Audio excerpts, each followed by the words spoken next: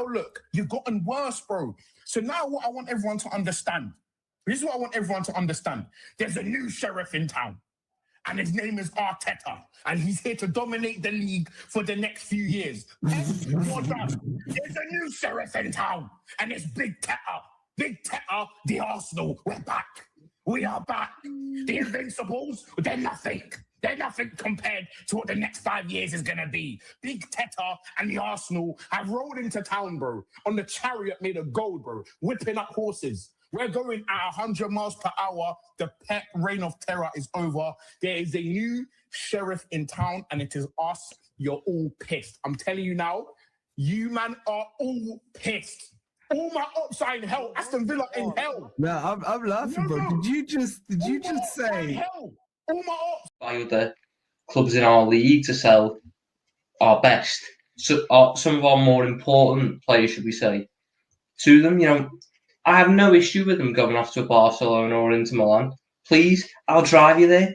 I dislike you to an end so much. The remontada we had against Liverpool, outstanding performance from the boys. I think if I'm Arsenal, I'll be worried because this is showing a different Man City. This is exactly Man City we've been witnessing. The start of the season starts now. And I think we're winning the league, man. I feel so happy. I can't believe it.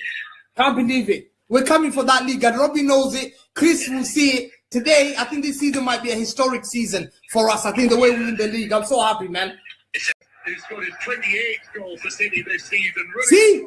BBC love me, man. They love me. They call me. Mwah! They know I'm making it, man. I'm going to win the league. Mwah! Guys, mwah! See you at the terrace, guys. Hey! Let me do a little dance. I'll see you at La Hey! A little dance, bro. You see this? I should play like this. We when Santos used to win the league. Hey! They give me a call, man.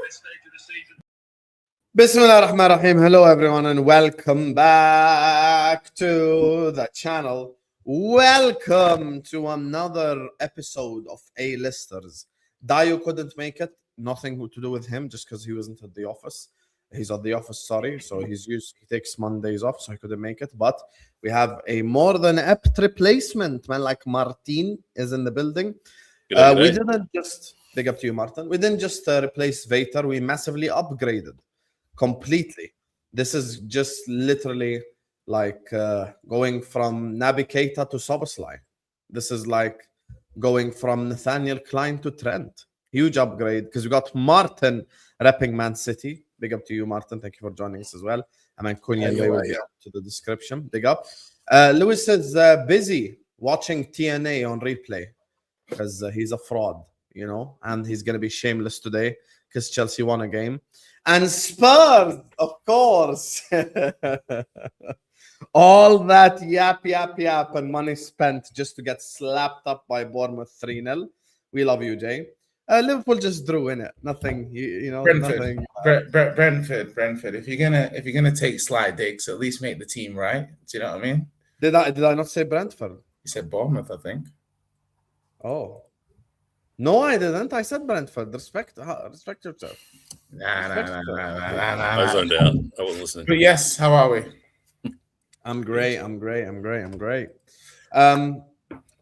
wanted to start with Man City because I want to ask about the Enzo thing. But since Lewis is like away from the camera now, I want to start with Tottenham. We can if you want. Jay, you lost at the weekend. Talk to me. I need a good laugh. Yeah. Okay. So it didn't quite go as I expected.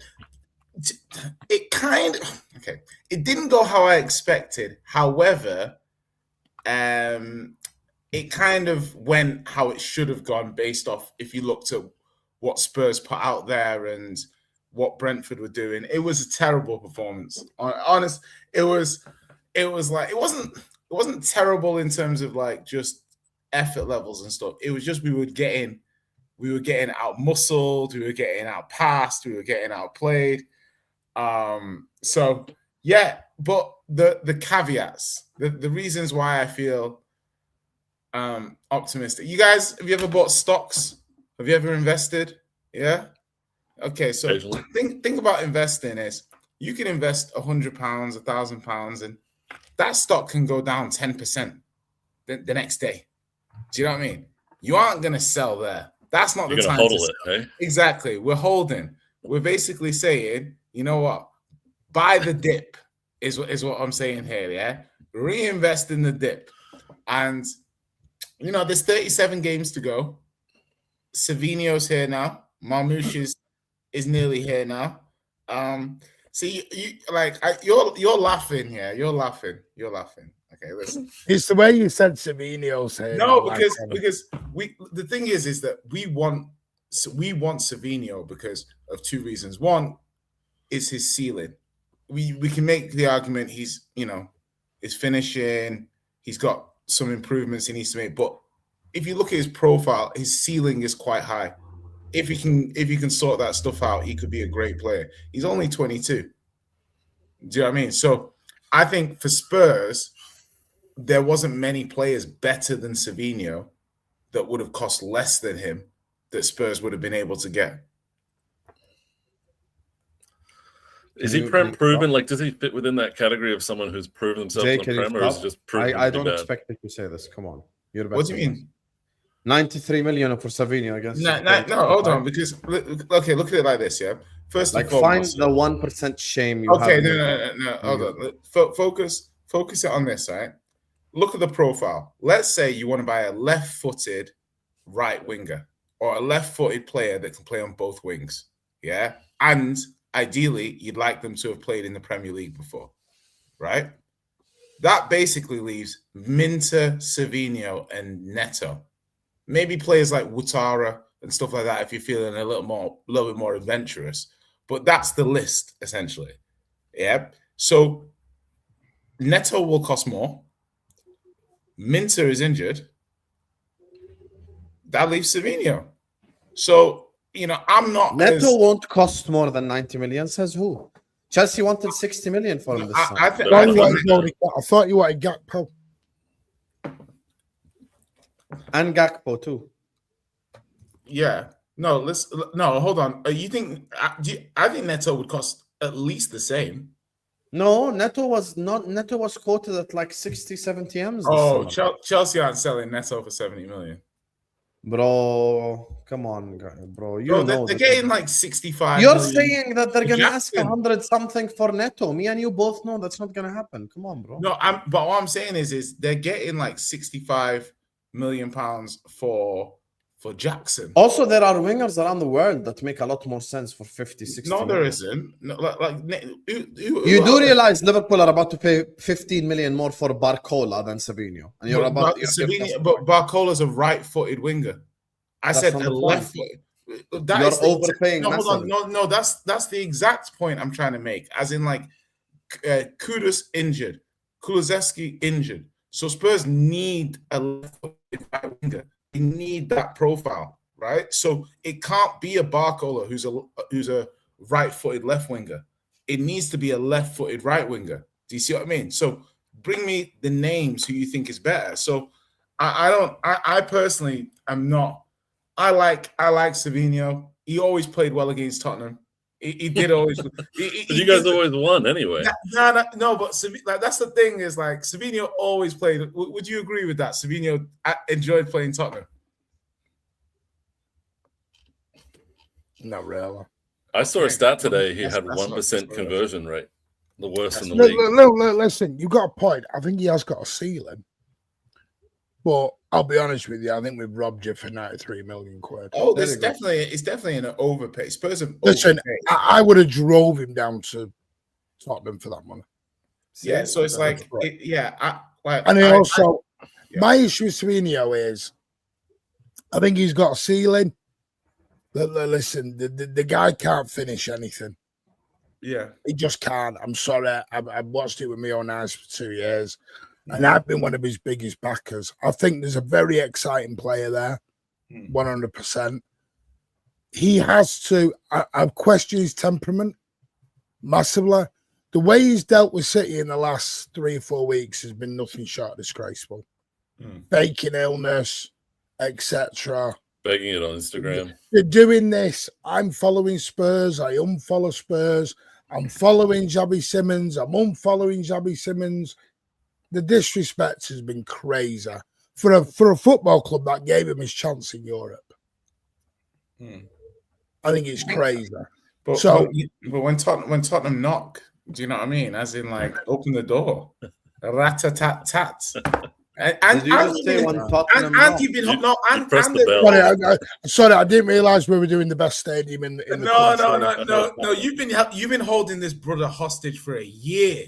Year. We wanted him last summer, and you should have paid up. Well, we tried, but you guys kept moving. You kept moving. This is how you think we started here. No, we told you 70 million quid. No, okay. And so how come we're paying 85 now?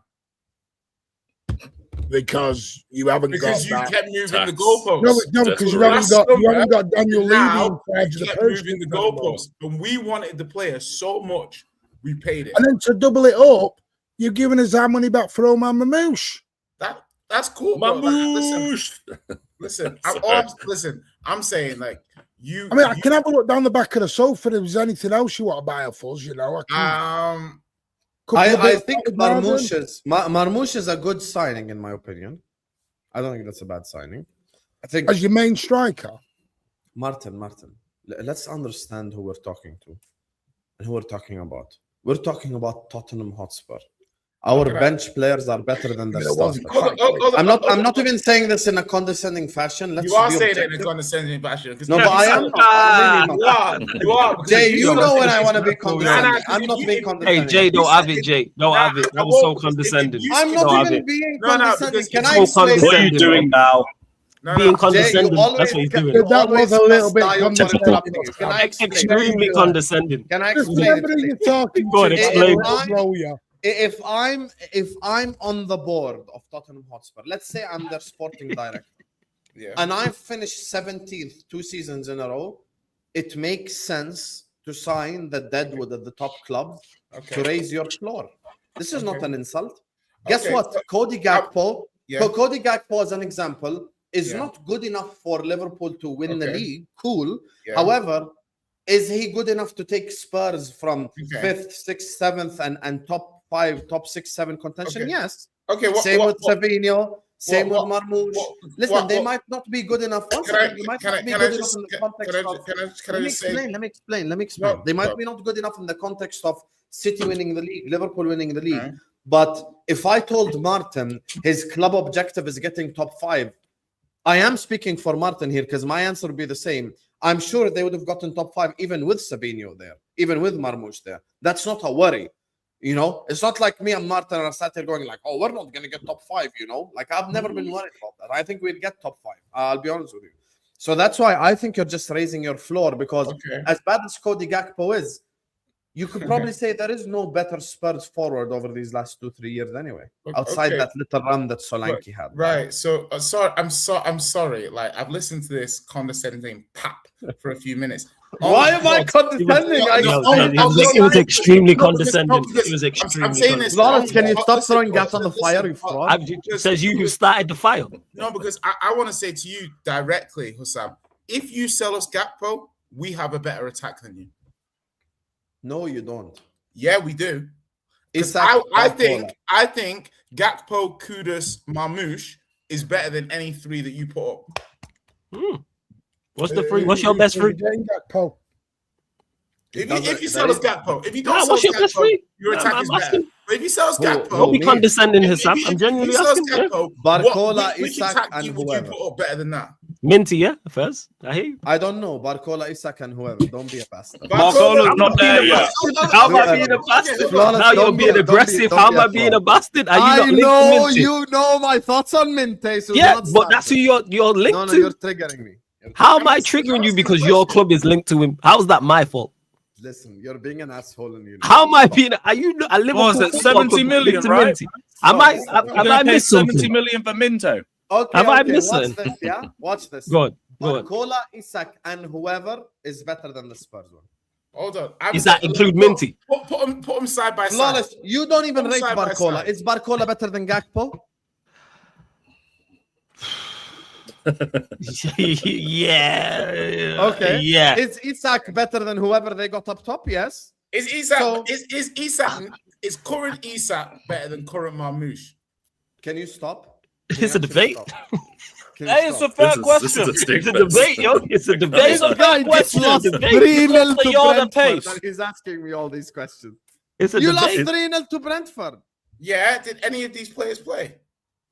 Yes, like No. Tonali played, got bullied by the Yeah, by, Tonali played. by Hernandez Mamadou didn't Sarr. play. Like, obviously, Savinho's didn't play. Kudus didn't Yeah, play. they were shouting Charlotte's our not bench top while one, we eh? beat Bournemouth. Tonali played, Mateus Fernandez came on. Find shame. Find Yeah, shame. what do you mean fine, Shane, bro? You needed You a want to know your 99. problem, Jay? Bro, you needed a might say I'm 99th condescending, minute but penalty you want to run save a before you point can against- walk. That's your problem. What? You can't compare yourself to big Liverpool right now. Bro, You what do you can't. mean, big little bro? Listen, at the end of the You day, can't. yeah, It's the truth. bro, it's bro. Man you had have to a- go to oh, bigger no, club hold on. argument. You're No, hold on. struggling. No, hold on. No, Listen, I'm saying he can't. Legit. Osam, you have a Yeah, brand My new failure manager. is his talking success. that. Osam, you have a brand new manager. He's talking about right? front threes, and you start bringing up Mateus Fernandez and that. Yeah, that's what I'm trying to No, say. no, Like, But he no, said at the end of Kudus. You the can't day- say Kudus. Listen, No, but there's a nobody- reason why I did That's that. a right Lewis. winger, isn't it? But he's injured. You can't include it. Like, you Okay, can't say guys, Ekitike. But yeah, guys. actually, no. When is he back? Okay, actually? guys, if we're making a combined 11, it would be Barcola, Isak, and whoever right wing from Spurs. So by Are you definition, definitely we're talking signing about- Barcola, by the way? Right? Yeah, so Yeah, we are. Because we're at the 25th of August. It's starting to take the piss. right, so I'm just asking. Yeah, I agree with you because I put him on 100 thumbnails already, but it's one of them things that you know it's gonna Every day it's a happen. anyway. Barcola, Liverpool, Barcola. Yeah, Liverpool. you know how many times like shout out Sean in the chat. I hope- He's found 300 different pictures of Barcola somewhere somehow just to put them on all the reels and the shorts and shit. Like That's why I've not done he anything sent on me an Enzo yet. update today, and they're like I'll get bored they're of it. discussing Bradley Barcola. I'm like, bro, I can't do a short about this. I'm gonna say the same shit again. Like, let me just load it up until we sign. But when I'm saying this, look, I'll explain to you without being condescending. My failure is finishing 5th, yeah, sacking my manager. right. It was so bad when we finished 5th that Arne Slot got sacked and we hired a new manager. If Roberto Di Zerbi gets 5th place, they will make him a statue outside the stadium. So you That is can't. extremely condescending. That is crazy. Right. A statue Can you outside stop the flawless? stadium. Is that the buzzword of the day or something? I said No, it once. that's how you're I being. said it That's once. extremely Can you stop? condescending. That is extreme. I've got a really important question. I got a really. But to be fair, it's not just Jay. I want to No, but clarify Osam, something very quick. that only I'm going to works- mute my mic, Jay. I promise. I just want to clarify. Right, go ahead. It's not just Jay. It's Drifty on Kopish on Friday and Judge Mo when I work with him. I have no problem with people hyping up Spurs. I have no problem. But in order, legitimately, yeah, I'm not even doing the big club debate. I'm really not. But in order to compare them to the likes of Liverpool, City, Arsenal, whoever, let Spurs walk first so we can check if they can run or not. Can we do like 5 games first? Okay. Right? Okay. So my point to you is you also have a brand new manager. You also have a manager who's never been at the level. So to me, what Spurs' aspirations if they do these transfers? Qualify for Champions League. What's Liverpool's aspirations this season under Iraola first season? Qualify for the Champions League. We have the same aspirations. Yeah, don't get it twisted because we got slapped. Is in that our your first game. aspirations though, or the club aspirations? I mean, like I believe like if we're gonna spend 350 million in a transfer window, we're looking to qualify for the Champions League. Whether we don't do do or that. not, whether Don't we do do or not is a different question. But that has No, to I'm be the talking aim from for Tottenham. Spurs. Jay, you're intelligent. I'm talking from Spurs' perspective. From not Spurs' yours. point of view, they'll budget for let's get back into Europe. Yeah, that's what I'm saying. From a dressing room point of view, they're going to be saying we want to be in the Champions League. Yeah, next I season. understand, but if you finish 6th, 7th, or 8th, you're not gonna sack De Zerbi, are you? No one said that you can have if City want to win the league, they're not going to sack Maresca if they finish 2nd or 3rd, are they? So that's a different thing. It's not a different thing. You that's have your different. target Because and then- Maresca could challenge and then fall off. That's not what I'm talking about. I'm saying I don't think Spurs and Liverpool have the same aspirations. We do have I the same think aspiration. Spurs, if you sat down with the board members, they would probably be saying, Well- let's first of all play beautiful football. Let's Right. second of all try to get into Europe, what you said. Okay. Not just Champions League. I'm saying Yeah. 6th, 7th, 8th, Europa, conference, get better football, get the fans invested again. And then you can build on that. But Right? in reverse, if Right. Iraola finishes 6th, yes, there is a world in which he gets sacked. No bullshit. Right? Okay, so So we don't have the same aspirations. Okay, so I think your aim is to finish Champions League spots this season, and probably win a domestic. But yeah, sure, absolutely. I feel Spurs is I might be pitching high side Spurs, low side Liverpool, but these aspirations definitely overlap. I don't see how you can say they don't overlap. So but that statement just proves everything I've said for the last 20 really, minutes, Liverpool, which is a high side Spurs, low side Liverpool. Oh, but you kind of just proven my point okay, with your own words, Jay. Osam, are you challenging for the league? Because this is the point now where it's like these conversations don't exist. I'm so happy you said that. Osam, hold on. I can answer, no problem. Hold on. Because conversations don't exist in isolation. Now you've tried to, bully boy it by saying that we don't have the same aspirations. And I'm saying we have Champions League aspirations. Therefore, you must have title aspirations. Yes? Okay. I'm glad you said that. No. It's a simple yes. No. You think I'm going to run away? No. Why are you doing the Dio? No, can you let Dio work in peace? No, because now you're doing the Dio. How dare you disrespect Bio? That's Dio. That's crazy. Yes or no question. You just called him Bio. Because I'm so shocked by it. Yeah, because I'm so shocked by what you said. That's why, man. How dare you disrespect him like that? I'm flabbergasted by that, man. So unnecessary. Let me answer the question. Go on, answer the question. You just said your own words. High side Liverpool. High side Spurs, low side Liverpool. High side Liverpool is winning the league. But aren't you best top four in the trophy scenario anyway? For Spurs is 5th. Best case, like absolute best case scenario for Liverpool. Who says best case scenario of Liverpool is winning the league? I don't think best case scenario. You said yourself low side versus high side. But that's like 3rd place, 4th place. I don't think your best side is winning the league. I'm not sure you can win the league with the squad. For me, I think Arsenal are 75% to 80% going to win the league. They're massive favorites. Okay? Now, the other 20%, you can split it up across 2 to 3 teams. But at the end of the day, even if Liverpool have a 2% chance of winning the league, Spurs have 0% chance of winning the league. So we are not the same, once again. Right, but what I'm basically so now can we do supers and move on to a different club? No, please? I mean that's I have a question for Jay. Why do I feel like this is 1996? Spurs and Liverpool fans beef. I don't know why Spurs are. We're always the club that like people compare themselves to, and Mo does this all the time. Like, are Man United better than Liverpool? Are Chelsea better than Liverpool? Why are we the fucking benchmark? These guys are the champions, not us. Because you're the most successful team in the country. Hold that, buddy. Hold that. Because you're the most successful team in the country. That's why, man. You got the most trophies. That's why.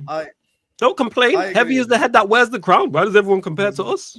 Yeah, and the second most successful club ain't won a league in the Can I just say something? Martin, ask your question. Martin wants to ask Jason. I have a question for Jay. Actually, it's 2 questions. If Savinho is 85 million, does that mean Madueke is a bargain at 50 million now? No, because I actually do think Savinho is better than Madueke.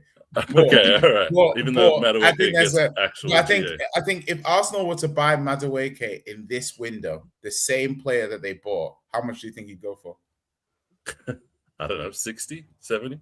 70 or so. So I feel like it was a weird moment. But I feel like Savinho and Madueke are not. They're like in the same ballpark of quality. Like if somebody said, so that's scary to me now that same quality is 85 million now. Like the benchmark for the future is going to be his price. So I'd be like Savinho was about a £15 million overpay for Spurs. That's how I look at it. Are you worried with Spurs that this is kind of like the after Bale moment where you guys bought like Soldado and all those guys, like 7 players, and No. Listen, I feel like you're buying from a point of desperation, and you may be left with these players for a while. I feel the opposite. I feel Spurs have bought a lot of their main targets. That Tonali, Fernandes, Savinho, Marmoush. Hopefully, Gakpo. Fingers crossed. Even players like Robertson and stuff like that. The team needs to play together. Like the players need to play together. No, I know, but like it's such a big, like you're doing big outlays on huge players, and they have big wages and but hold on, but you paid Havertz like two Sutton off the rip when you bought him. Yeah, well, he's a Champions League winner. Yeah, but so that's the quality. But the context of when you bought him was like, okay, you built a squad of 200k, 180k players. And you built the quality of your squad. And then you added to that, but you still brought in City players, other players to move the needle. Spurs have been underpaying on their wage bill for ages. Like Tonali, Fernandes, these are good players. Gakpo, ideally, but like Marmoush, good player. Van Heck, I know he had a bad debut, but good player. Obviously, our existing starters like Porros, the Van der Vens to come back. I imagine of the team that played against Brentford, maybe 3 or 4 of those players are starters. I think we have 7 starters who are going to start in the team. So until I see like 5, 6, 7 games, I'm not remotely. There's just no data for me to feel worried about anything. I trust the manager. I like the players. I'm sure they'll make it work. Okay. I mean, I can see De Zerbi maybe like going before Christmas if it goes really bad, right? And then you're left with a bunch of players that maybe the next manager doesn't. But you're kind of asking about low side. But you're giving me negative fortune teller. Oh no, we're stuck with Tonali. Oh, look who's talking. That's what I'm saying. Look who's talking. See how you feel when it's done to you, brother? What do you mean? Hold on. Give me a situation that I've done that. Facts, give him a situation. When? Go on, give me a situation that I've done that. You did that. I'm with you on this, Jay. I'm with you on this, Jay. You just did that with my club. No, I didn't. I said we have the same aspirations. The most negative scenario possible for me. No, I didn't. I said your expectation would be top 5. Yeah, I don't think Liverpool are expecting more from Iraola than that. I say Spurs for the spending that they've done. Yeah, for the investment in the squad. Would you think they're saying to Tonali, hey, just come have a party? Do you think they're saying to Fernandes to get him to come to us over United? No, I think they're telling them obviously we are telling these players we're going to be a Champions League club. So how can I then turn around and say we're not aiming for the Champions League? Yeah, but I think if your club is saying Champions League is cool, and we're telling the players that we're signing to join our club, we're making Champions League or we're going to be a Champions League club. Yes, I understand that. I said they're selling them a project. They are similar, Jay. You're right. I'm selling them a project, but you can't compare yourself. What did I say at the start of this? I said, walk first so we can talk about you running. But how's he a negative fortune teller? That's what you want to know. No, but I'm not. Because how's Jay? Yeah. I tell you how. Because in order for you, after finishing 17th 2 years in a row, to compare yourself to a team, the comparison needs to make sense now. Meaning, Liverpool had a horrendous managerial display last season, which even Flawless agreed with during the season. All our best players were out of form. None of our players succeeded, and we finished 5th. That's like our floor shit season. Like everyone's trash. That was your floor last season. I can't now take the team that finished 17th, even with additions, and go like, yeah, they're better than that team. Yeah, you can't. One second. The reason why you're saying, like, you said it yourself, which is low side Liverpool, high side Spurs. Even if you look at these players, on paper, Wirtz, Bundesliga player of the season, should have been KDB's replacement. Isak outscored Haaland for a season. Alisson at his best keeper in the world. Van Dijk, still one of the best centre backs in the world, etc. You go across the board, none of these are like bad, shitty players. So the reason why you're taking a bad player from us to improve you anyway is because we aren't the same. That's fair.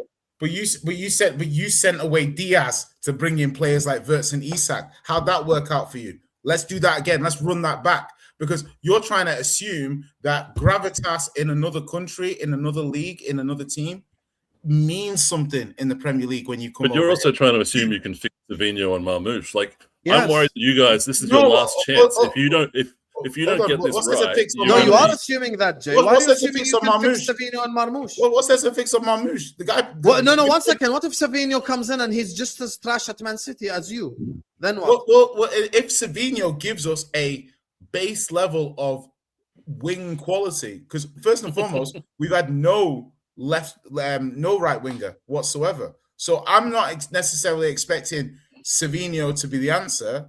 I actually have Kudus as being more of an answer. Paid nearly 100 million. Of course, you're paid 94 million. That's what it's no. It's spent nearly 100 million. Well, listen. At the end of the day, Spurs will have quality players. Spurs have looked at Savinho and said he's going to be. I'm not even saying Savinho is going to be a great signing. I'm saying Kudus is the player that I'm paid looking at. 100 million, Jay. That's it. So he's not going to be on the bench. That right now, for the context of my point, is irrelevant. Like it's wholly. No, it is relevant because it means Savinho will no, start. because start. you're trying to say it means he's going to start. No, of course yeah, but if he doesn't perform, it means we have other players who can take. Jay, can I ask you a question on Omar Mamouche? What are your expectations for Omar Mamouche? Omar Mamouche, like I'd say like 12 plus 12 goals. Is he going to be your main striker then? I think he'll be main striker, support striker. I think 12. Right, because in the whole of his career, he's only got double digits twice. Well, I mean, he scored how many for you the other season? Was it 7? Yeah. Yeah. No, 7. I'm not saying he's a bad player. I don't think Mamouche can get 20. But like, this is my point. I don't have an issue with Mamouche. I think you guys are. There's an element of scouting with everything. All players can flop, yada yada yada. But what I'm trying to say here is that Mamouche is, to me, from what I've seen, when he got a run in the City team, a competent player. He's a player that I believe can score 10 plus Premier League goals based on what I've seen for Man City. Gakpo is a player that I think can score 10 plus Premier League goals in our team.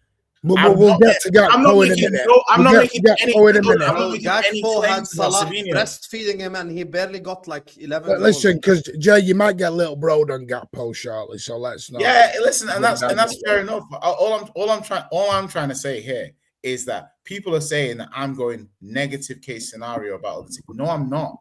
All I said is if Liverpool, if Hossam wants to put his big boy pants on after watching his team away at Newcastle play like that and say they're going to challenge for the league, that's fine. I'm happy to say after watching my team play. See how you just changed my words? No, I'm saying I'm happy to say. You don't like when people change your words, but you after watching my team play terribly against Brentford that we will still be in the mix for the Champions League spots, regardless of that performance. So if you're going to turn around and say, hey, regardless of that performance against Newcastle, we are challenging for the league, then you have different aspirations to me. Simple as that. If not, we have the same aspirations. Okay, no problem. Now, I'm going to do the Super's going to move on. No one cares about my or your aspirations. I'll talk about the club aspirations. Big up to Rosie, who says Bruno won the award tonight after playing one game every 1 or 3 weeks, winning nothing. He played 42 games all year. Rice and Raya played 60 games and won trophies. Oh, boo-hoo. Yeah, I know. Boo-hoo. You want? Do you want to swap? All right, give us the league and you can have a player who won the PFA. Like, what are we talking about That's here? not how it works. won the league and they're You still gotta crying, No, of man. course not. I'm just proving the point. Like, who cares? Like, who cares if you win? How the you They're gonna spun have that to flawless? That's crazy. Because people worried about who cares about individual awards in a team game? All right, run as the Prem and you can have the PFA. I do. Big award. up to Nico O'Reilly. Yeah, and Martin, I bet you trade that for one of them Prems you won back then. Like, yeah, like, all right. You're all right. Man, what we doing, man? Big up to Dio, who just sends a super chat. Big up Dio, man. Big up to you. Big up to K-Mac earlier for the raid as well. Big up to everyone who's watching us right now. We got 700 people in the building. Please close the live chat and hit the like button. I can't wait for the Spurs hype to die down. If we get compared to Spurs another week, I might just like quit YouTube. Big up to all of you. Please like, share, comment, subscribe, all that good stuff. I actually want to talk about Man City and Chelsea in the same section because we're getting again Enzo. Charles. We're getting again Enzo links today.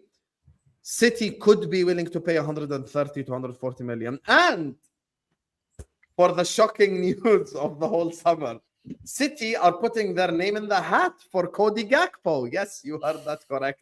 I did not make that shit up. Just search Gakpo City on Twitter and you will find it. You know, so that's the latest news for Mr. Martin. And we'll start off with you before we let Lewis tell us about Chelsea and Enzo as well. Go on, Martin. The floor is yours. Yeah, well, we had to buy players because we've sold everyone. So we kind of had to make a few signings because there's no one left. Enzo, from my understanding, he's agreed personal terms. He wants to come. I think City will make the bid. And I think we will get him. I think there'll be news tomorrow on it. I've got to take the player human side out of it. Because if I don't take the human side out of it, I'm just going to get angry and I don't want him anywhere near the football club. So I have to look at him solely as a football player. Because I'm going to say it, the guy's a prick. Straight away. He is. We know that. It is what it is. But Maresca wants him. The club are going to back him. They're going to spend a lot of money on him. Plus him, Buada, Elliot Anderson, Cherky Foden. I think that's quite a good midfield. That's some good options. Really excited on Ayub Buada. I think he's going to be. I think he's going to be amazing. An amazing player. Gakpo. Poof, that came out of nowhere till I got the message yesterday, and I checked my WhatsApp and went, "What?" But that's the guy they want for the Omar Mamouche replacement. They want Cody Gakpo. Apparently, the deal can happen as long as you get your two wingers in. You are then. It's one of them. It's a domino effect. You get your two, that will release Cody Gakpo over to us. And for me, it's a bit of a... Or Tottenham. I think he's more likely to go to Spurs. Yeah, he doesn't want to downgrade, Jay. I think he wants to start every game, doesn't he? Like, he's not going to do that at City. But why would he start at Tottenham? What's Sabinho going to do? Or what's Mamouche going to do? Because trust me, they're leaving City, man, for the same reason. No, they're leaving City because they're not playing. So they're going. I imagine they would go Gakpo, Mamouche, Savino as their like starting ideal. Maybe stick Kudus in the 10 for a little bit and let's count players that are fit and all that kind of stuff. You know, when he comes back. Yeah, I think he prefers. It's a tough one because I do think we've worked on the Gakpo deal a long time, but I do think he'd prefer City. I just think there's more, like, it's just a more prestigious club. It fits, like, his, you know, he's had a good World Cup. He's playing at Liverpool. You know, Spurs would be a different environment for him. Let's put it like that. So I think that City are probably the favourites. But are you not concerned you'll have too many left-sided or players that prefer the left side? Because I feel Semenyo. No, because I don't think we've got enough left-sided players. Everyone we've got is a right winger or right-footed, and we've got enough of them. We've actually left-footers, left wingers are what we need, or left people. We're also buying this Alan from Palmeiras. He's coming doing his medical today. Right wing back. He looks all right. So we'll see, and there's more to come. City are going to probably be one of the busiest clubs in this last few days. Yeah, it's a bit weird at the minute because people think we're panic buying. I think we needed to sell a lot of players. There was a lot of players that hadn't made the grade or they weren't ready. I think it showed we panic bought a bit in the last 18 months. I think when we were in that 1 in 14 season and we were scraping around for the Champions League, I think we panic bought a little bit with Mamouche and with others, and they just haven't. See, the problem is with you've got Haaland. Haaland's your number one guy. You are always going to be Haaland's bitch. That's just the state of play. Haaland is going to start if he's fit. So you have to try. The reason I like Gakpo signing is he can play in a couple of positions, which I like. And what I liked about him as well, he's someone who will come in and shoot straight away. I think we need that a little bit. We need someone who's going to be a bit more direct and a bit more fluent with it. But yeah, you know, I'm excited at the minute. I know not a lot of people are. There's a lot of worry. There's a lot of fear. Sunday I was very happy with. Despite, I thought it was a bit of a, considering it was a very You were really happy with that? Come on, Martin. Yeah, considering it was a makeshift team. But if I'd have told you an hour before kickoff, Mark Gay was going in CDM, you'd have thought I was crazy. He did all right. He did all right. I've got Mark Gay in CDM. He's so stiff. Yeah, I should have seen him in the KDB half space. It made my skin crawl. Hang on a minute. This is the same Bournemouth that dicked on nearly all of us from January. Different February manager, though. onwards. Different manager. Yeah, but they're different manager, different team. Different manager, though. No crew. No crew fee. No crew fee. No crew fee. Speak for yourselves. No Senesi, no Semenyo. But they had Ryan. They still had it was a good win. We never lost to them, eh? Listen, we lost to everyone else. I could see what we're doing. I think Martin, the way you're speaking, I think you're a little bit worried for the first time. No, don't pull your arms of shit on me, sunshine. It's in our ain't gonna work on me. That one. Man. Oh, I can't think you're worried. Get him, man. That was very condescending as well, to be honest. You're about to pay. Oh, it's flawless as Why am I worried? Worried about what? Answer Martin's question. Why is he worried? Listen, no, I going to think be you're straight worried with you. I'm not because worried. you know that you're overpaying for these players, which will build pressure. Why are we overpaying? Can you Because stop? it's 3 a.m. in the club and there's no one left. Can you stop? Can you actually stop? You had a go at me the whole season because we paid 110 for Vert. You're about to pay 140 for Enzo Fernandez. I can't control the market. Neither can I. The market now is very different. The market now. Should have gone in for him earlier. The market would have been cheaper. is very different from 12 months ago. Very, very different. Once again, that doesn't change anything I've said. Though. I've just sold Savinho for 93 million. I bought him for 20. The reason why I say you're worried is because with all these signings, there comes pressure and expectations. And I don't think deep down you probably believe that City are going to win the league. I've already said we won't win the league. I've said it'll be a top 4 challenge. Yeah, but the problem is, forget like just what you think alone. If you look at it from the outside looking in, spending that much money will always add pressure, just like it did to us last summer. You cannot escape it. Of course it will. But I think, see, the money argument doesn't work with me because every club spent money. Every single club has spent money. Spending money doesn't guarantee you anything. Sam, I remember QPR being taken over and being the biggest club in the world, richest club in the world, and what happened? Yeah. Money doesn't equate to anything. Flawless will tell you that. United have spent money. City have spent money. Tottenham have spent money. Newcastle have spent a hell of a lot of money. Look at Liverpool Chelsea last season. Spent a hell of a lot of money. You spent $500 million. He did look at Liverpool. That's why I'm telling him to look at himself this season. That's the point. I'm just adding context. That's all, man. I'm not even disagreeing with that, Flawless. I'm just saying, I don't think City are going to win the league. And all this money spent will just add pressure to them. And I don't think they were convincing against Bournemouth either.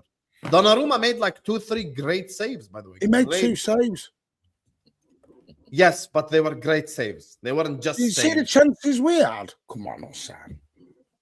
Which chances? The Gay he had her. Which chances? The Rico Lewis one early on.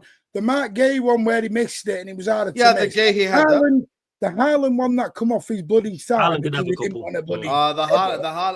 one wasn't really a chance like that. That wasn't really a chance. Yeah, that wasn't. Where have you got your football knowledge from a Kinder Egg? Taught me the standard. Where's your football knowledge? No, I didn't. No, I tried to teach you. You didn't want to listen. No, I tried. Yes, I remember. I tried to teach you, and you didn't want to listen, and you still not got the lesson 2 years later. Nah, you didn't. That's definitely a chance. Haaland is definitely a chance. As if you've just said Haaland wasn't a chance. Yeah. He's what are you doing? Oh, Sam, you're trolling now. Sam. Yeah, he's trolling. No, I'm not. There's the one. He's gone from condescending to trolling. I'm telling you. Yeah, you've changed it now. Buzzword. There's the one from Ryan, and then there's the one from the left winger. I forgot his name. See, the trouble is, Sam, I understand it's edgy. Listen, Sam, I get it. It's the first week of the season. It's edgy. Let's pile pressure on all the rivals to get everyone good because it's good content. Let's get it going. You're panicking. But you that's should not what win. I'm doing. Yeah. It sounds really traumatized, you guys, hey? No, I'm just asking a real question based off what they think that you're out to attack them. It's just the start of, we're trying to work out what he's trying to do. I'm at not the moment. Traumatized him. Hey, listen, I was the one who traumatized Sam for many a year. I'm not traumatized. And he hasn't forgotten it. I've got 6 Champions Leagues. I ain't traumatized. No, my issue is that you're going to spend 200 million now, maybe on like Enzo and Neto, and maybe another 100 million on Gakpo. Liverpool need Gakpo. Like Chelsea are going to go spend another 200 million after selling Enzo. Like there's almost no one here for this money now. The value for money is absolutely gone in this market. So I don't know. I'm expecting a crazy few days.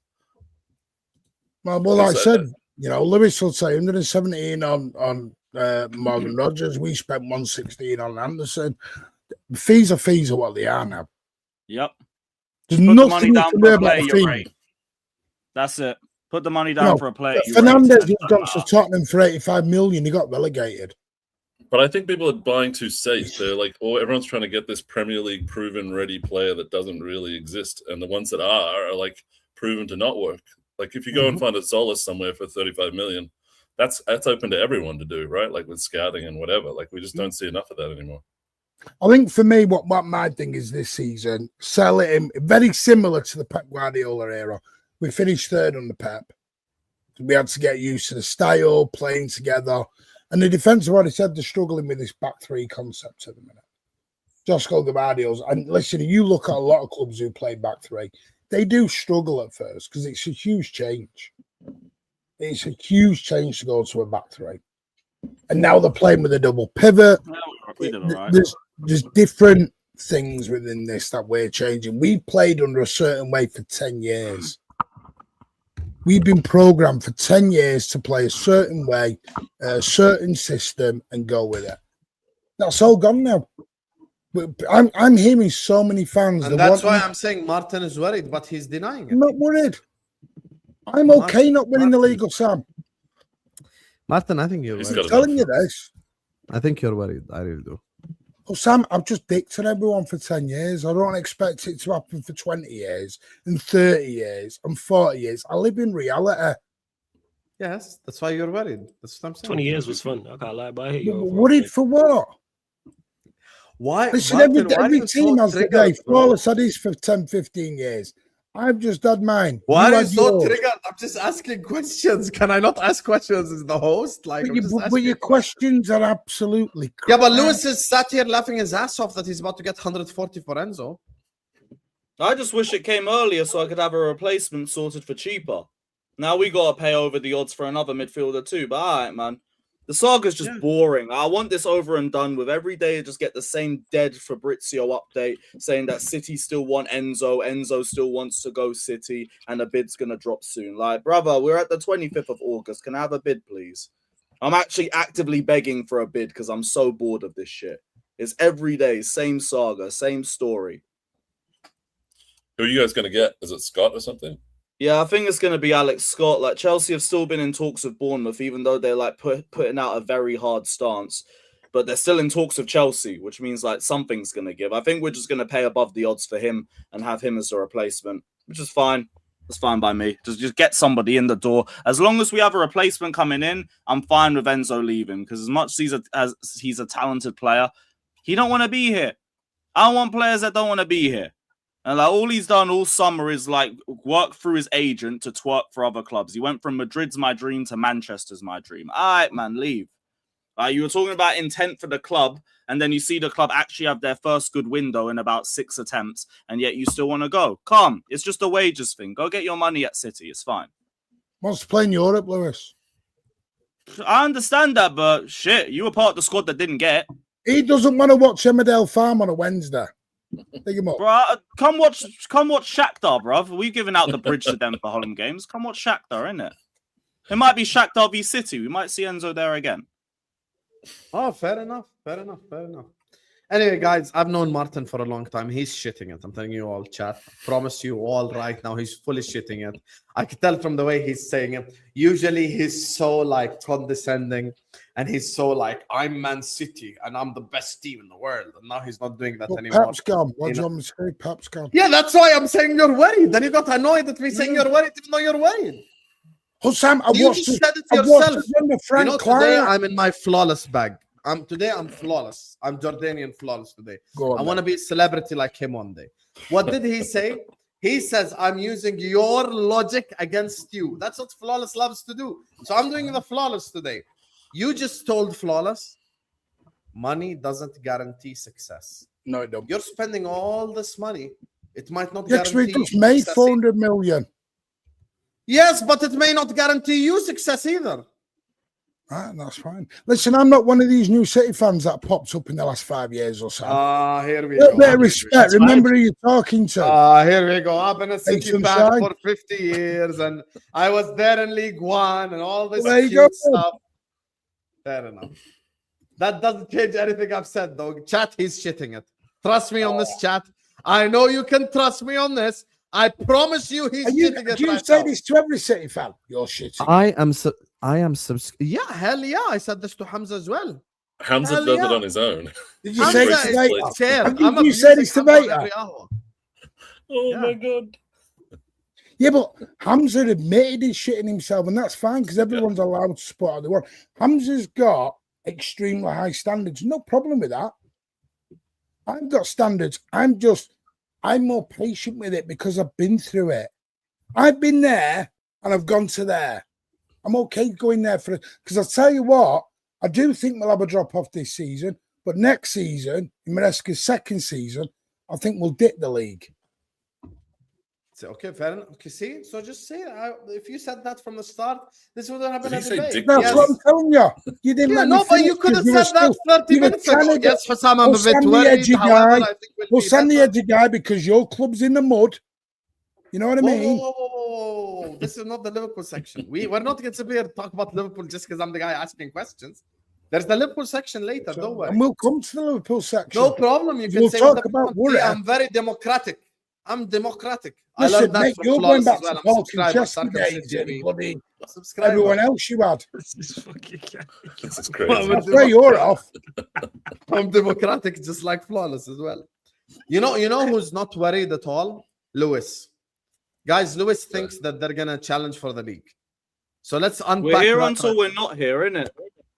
Yeah, I'm just gonna unpack it. Some Can we chest. unpack- Every other Some fan chest. base wants to be bitches about it. I want us to go for the title, and if we don't go for the title in any season, I am upset. I am disappointed. It's crazy, Akil. I know. Big him up. What? I want to be like a celebrity. Is there anything wrong with that? There's nothing wrong with that. Just get to the Chelsea section. I'm trying to be like Flawless. I want to release as well. What is it? Sorry, everyone. How many people you got watching? Bro, it's just 700 people. It's nothing. Okay, cool. Now we're gonna say it. So to all the 700 people, run up the yeah, big up all of you lot. I'm not just gonna Special dismiss likes it to you and guys. say it's just 700. Run up the likes. Make sure you subscribe and roll to what? What's the next milestone, Hassam? 80K. Oh, is it 80? Oh, 80,000 people. Make sure you subscribe to me. It's 18K for me. So that's the difference. Distinct difference between the two there. Yeah. Bro. Well, yeah. Make sure you subscribe right here. Carry on as you were, Lewis. Fair enough. Flawless 1-0. Lewis, why can you win the league? What do you mean? Why can we? I want us to compete. We've got. Can you elaborate and expand, buddy? I want We to have a understand the Chelsea perspective. Talk, yeah. Why are you so riled? Is it because Liverpool aren't going for it? Yeah, No, you are because wrong we're tonight. shit. That's why I'm rattled. Alright, I know, alright. Flawless. When we get to you in a minute, Exactly the only- why I'm rattled. No problem. just so you Can know, you tell me why you're good though? And then I'll tell you Flawless's why I'm opening rattled. question: why can Man United not win the league or win the league? Is this? We're going to go round who should be winning the league? and Yes, we'll get we can to you. ask the questions, buddy. This is Arsenal are the easy. favourites for the league first off, and we all can admit that. But we've got one game a week. We've got game changers in our front line. As things stand, we still have a good midfield. Well, depending on the Enzo situation and whatever the state of the midfield is by the end of the window, might change things, but we'll talk about it by then.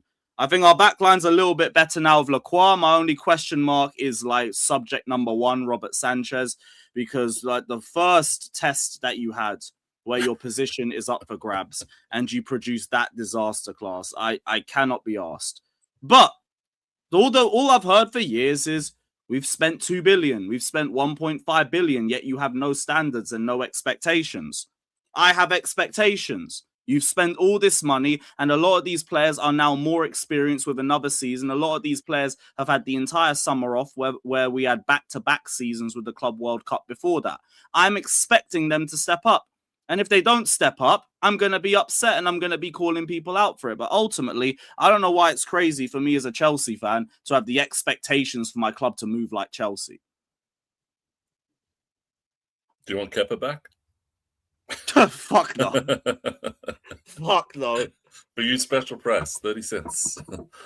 No, I mean, it was a good performance. I was a little surprised that Chelsea were playing like a counter-attacking team. They wanted Fulham to have the ball. Were you surprised by that? Like with Alonso, like from what we saw in preseason? Nah, because we didn't have Caicedo or Enzo starting, so it's like you're not going to get a lot of control with a Lavia Reece James midfield. You might as well try and make it a basketball game and like just rely on your front line. Because when you got a front line like that, they're going to get you consistent goals. And that's what scores along the line. If it weren't for Sanchez, it's a 3-1, maybe 3-0 game. And then it looks completely different. Even if it was a bit of a basketball match. It comes down to moments. Colwell was iffy in the last game as well. The second goal comes down to him too. I won't just act like it wasn't all Sanchez, but Sanchez was garbage all game. He looked like a mistake waiting to happen, and it happened twice. So I don't know what we're doing with the goalkeeper situation, because we briefed again today that we're not interested in buying a goalkeeper. So hopefully Penders has an 0405 check arc, or it's looking a bit bleak. Could you see yourselves going for Emi Martinez because he's been frozen out at Villa? I feel like he's going to end up somewhere. I wish. Like Javi apparently wants him and saw him as a market opportunity, but he's not really like pressed about getting a goalkeeper. So Chelsea are sticking to their stance. Okay. Yeah, Josh King had a good game. That's what I'm saying. Oh yeah, Josh, he was their best player by a mile. Cooked. A little constant threat for them. But yeah, Sam, that's it for me. That's my thoughts on Chelsea. And I heard your answer. As always, you're scapegoating Robert Sanchez, but he was at fault. I said Colwell was to blame as well for the second goal, but clearly you ignored that. Can I talk?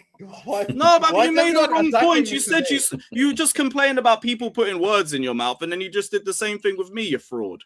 Okay, I'm sorry, my bad. Guys, he blamed Sanchez and Colwell. But I was about to say you're right, because he shouldn't have conceded the goal at his near post. But see, this why you shouldn't interrupt, because I was going to agree. I swear that was my statement. I said he shouldn't have conceded the goal. You just said I was scapegoating again. Yeah, but that's just to take you fucking fraud. And it worked. But Leno shouldn't have got nutmeg. Jokes aside, I think that should have been saved by Sanchez 100%. It was near post. But the way he got in behind the defense was the part as well that Lewis already spoke about with Colwell. Now, the thing is, for me, Chelsea are going to get a lot of games like this, by the way. This is what Xabi Alonso had at Bayer Leverkusen. Because obviously, many Liverpool fans wanted him to replace Klopp. So we're kind of like well-educated on Xabi Alonso. And he won a lot of games like this, 3-2, 4-3, Patrick Schick. They used to win games at the end. You could go ask any Bundesliga fan. Like, Xabi Alonso is that type of manager that is gonna play attacking football. So Chelsea will be very entertaining to watch. And in the end, they will concede goals. Even with a different keeper or whatever it is, I still think Chelsea will concede goals because of the style. They didn't have possession, but it's not about having empty possession. Because for many times over the last 3 years almost, Chelsea did have a lot of moments of empty possession. Now, every time they have possession, it seems like they want to do something. Palmer, Rodgers, and Joao Pedro looked incredible as a trio in that game. I think Joao Pedro, I'm always going to praise myself. Firmino region called it first. Yeah. Get me?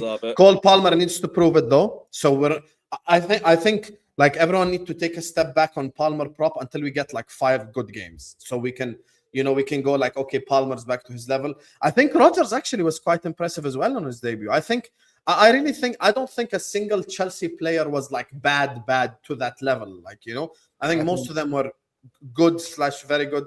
Lavia was good too. I think Chelsea are going to finish in that 2 to 5 range, like 2 to 5 range. I think there are 4 teams, yeah?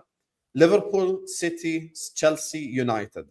I think these 4 teams will finish from second. Yeah, sorry, Jay. I think these teams will finish from second. I just played Brentford. They might be in the mix, not going to lie.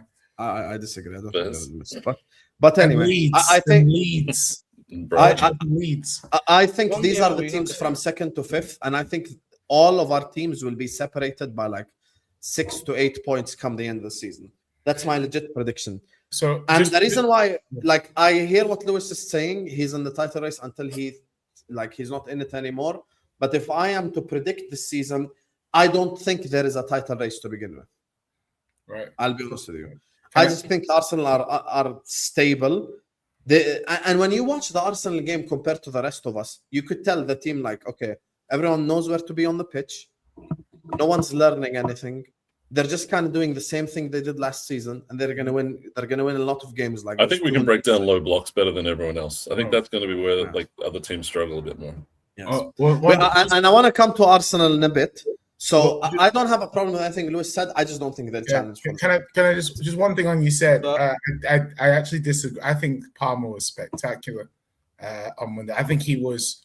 You know, you're like, oh, give it. I was like, nah. I think that performance is like it was very praiseworthy. It was a very good performance. Like, I agree. I never denied that. But it's like, to me, it's the kind of performance where you're like, everything he was doing didn't come off. He still got like tackled a little bit. Do you know what I mean? So it was a very good performance, and it wasn't like everything came off. It wasn't like a perfect performance. It was just very good.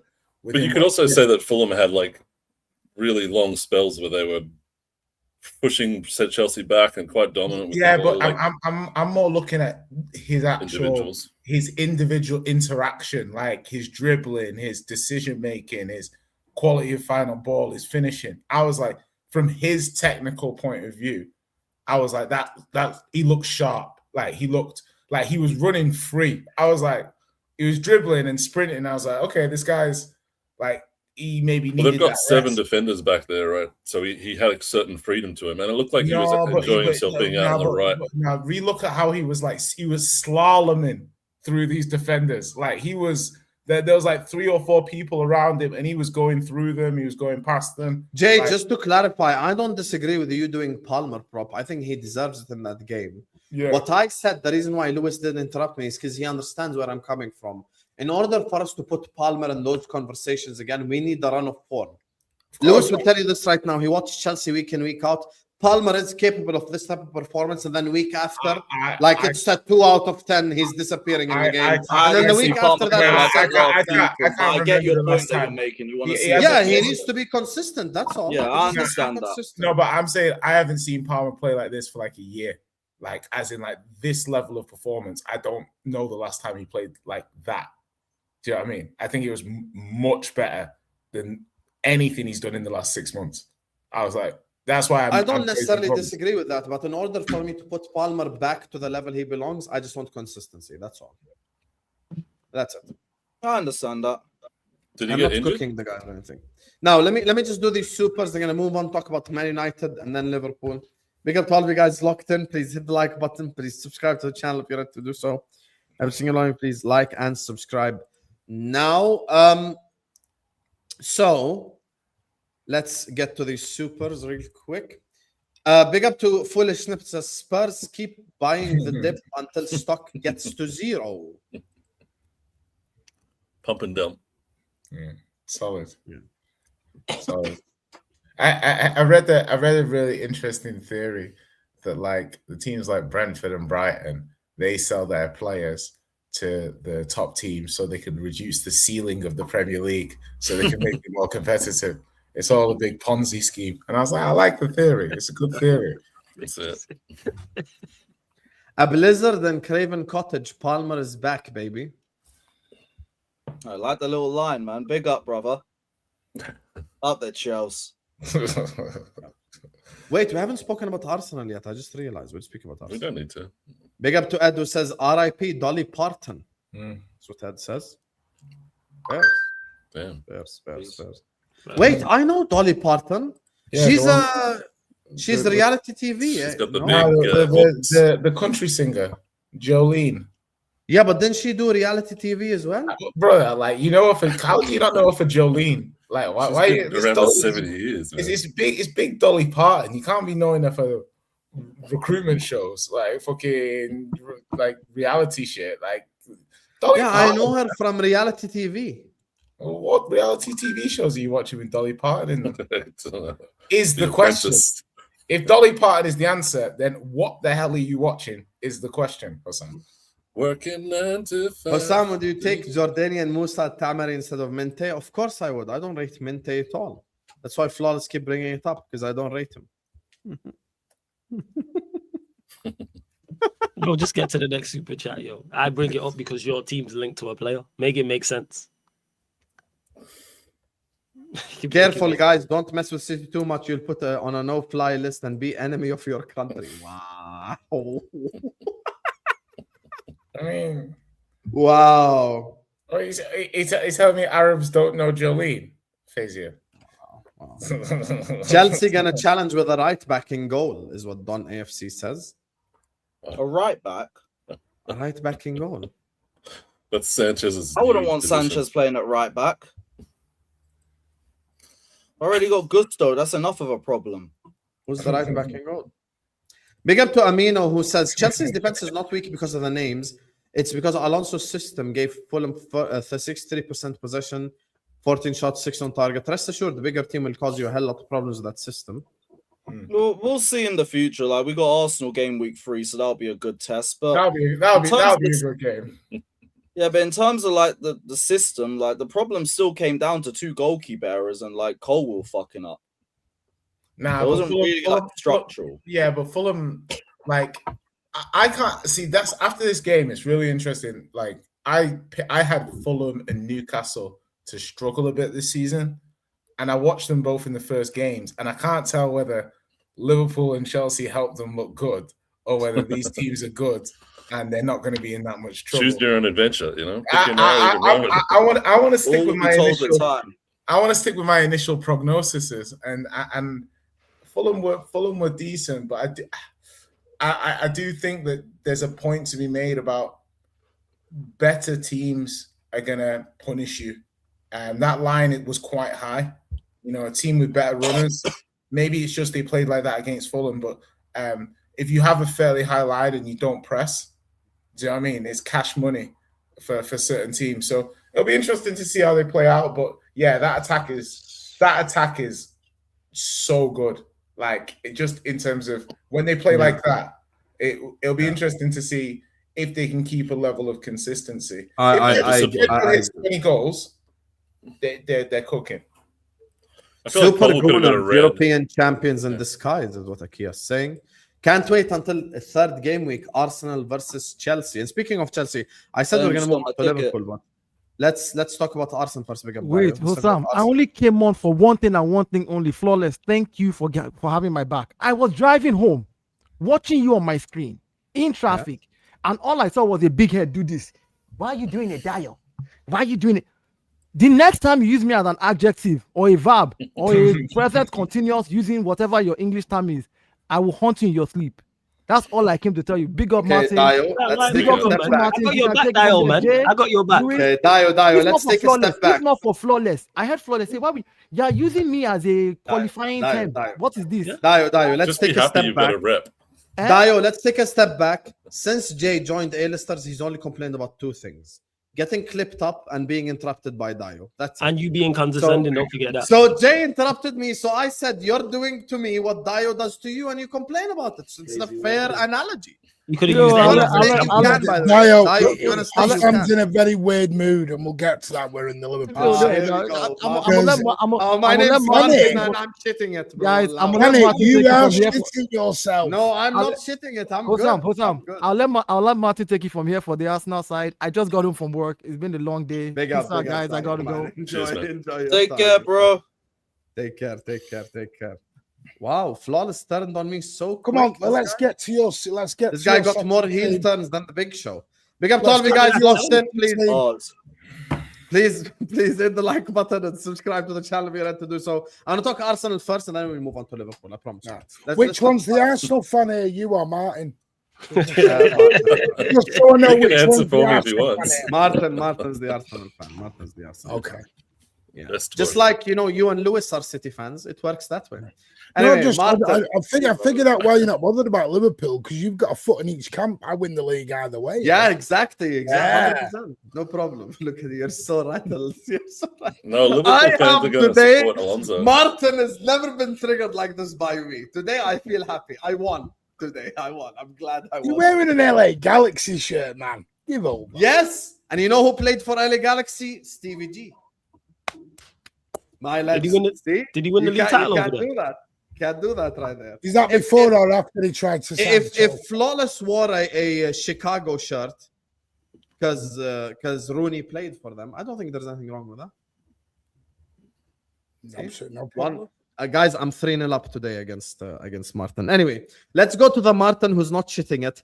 Hi, Aussie Martin. Talk to me about Arsenal winning the league this season. Let's go. I was much more happy for you guys to talk about it. It seems like you've pretty much given it to us on day one, which I don't really get into. Like we did this last season. You guys told me that Liverpool had won the league after game week 5, and I didn't agree. So I don't know. I'm gonna just stay under the radar. There's not too much to talk about. It's a good point. I enjoyed the game. I thought Arsenal played well. I thought a couple of things straight away. Like from a system point of view, right? I feel like the system might be broadly the same as last season, regardless. But last season, I think Zubimendi, even though Dio wanted to complain about, I feel like you see the difference when you either have a Bruno in there who's a pass-first midfielder, or you've got a Lewis Skelly who's a dribble-first midfielder. You're getting more ball progression in those central areas than you do with Zubimendi. Yeah, and I think that helps pin teams back, make them more scared of coming out a little bit and things like that. So I think that when you were playing Coventry, the ability you had of moving around the front, breaking lines, keeping them pinned back. And then, obviously Havertz looked sharp. Good performance. Like it was a strong opening day performance. Did what you needed to do. No complaints. It hasn't changed my perspective on you. Solis was good. I was like, he seems pretty good. Like, do you know what I mean? Like that's not surprising, but I'm like, okay. It's refreshing to see a winger that doesn't necessarily go for the dribble every time. Like he can make a pass through the player or around the player. So the dribbling stats, I guess, aren't going to look good, but he's so smart with his decisions that it's a breath of fresh air. You look at Madueke on the other side, and it's like he'll beat 2 men and then sky it to Rosie. So we're just trying to get Odegaard back to his top level and Saka back to his top level. It was only Coventry, so it's hard to get super excited about it. But when you see what Hull City did to Man U and all that, maybe it's a bit better. But sorry about that.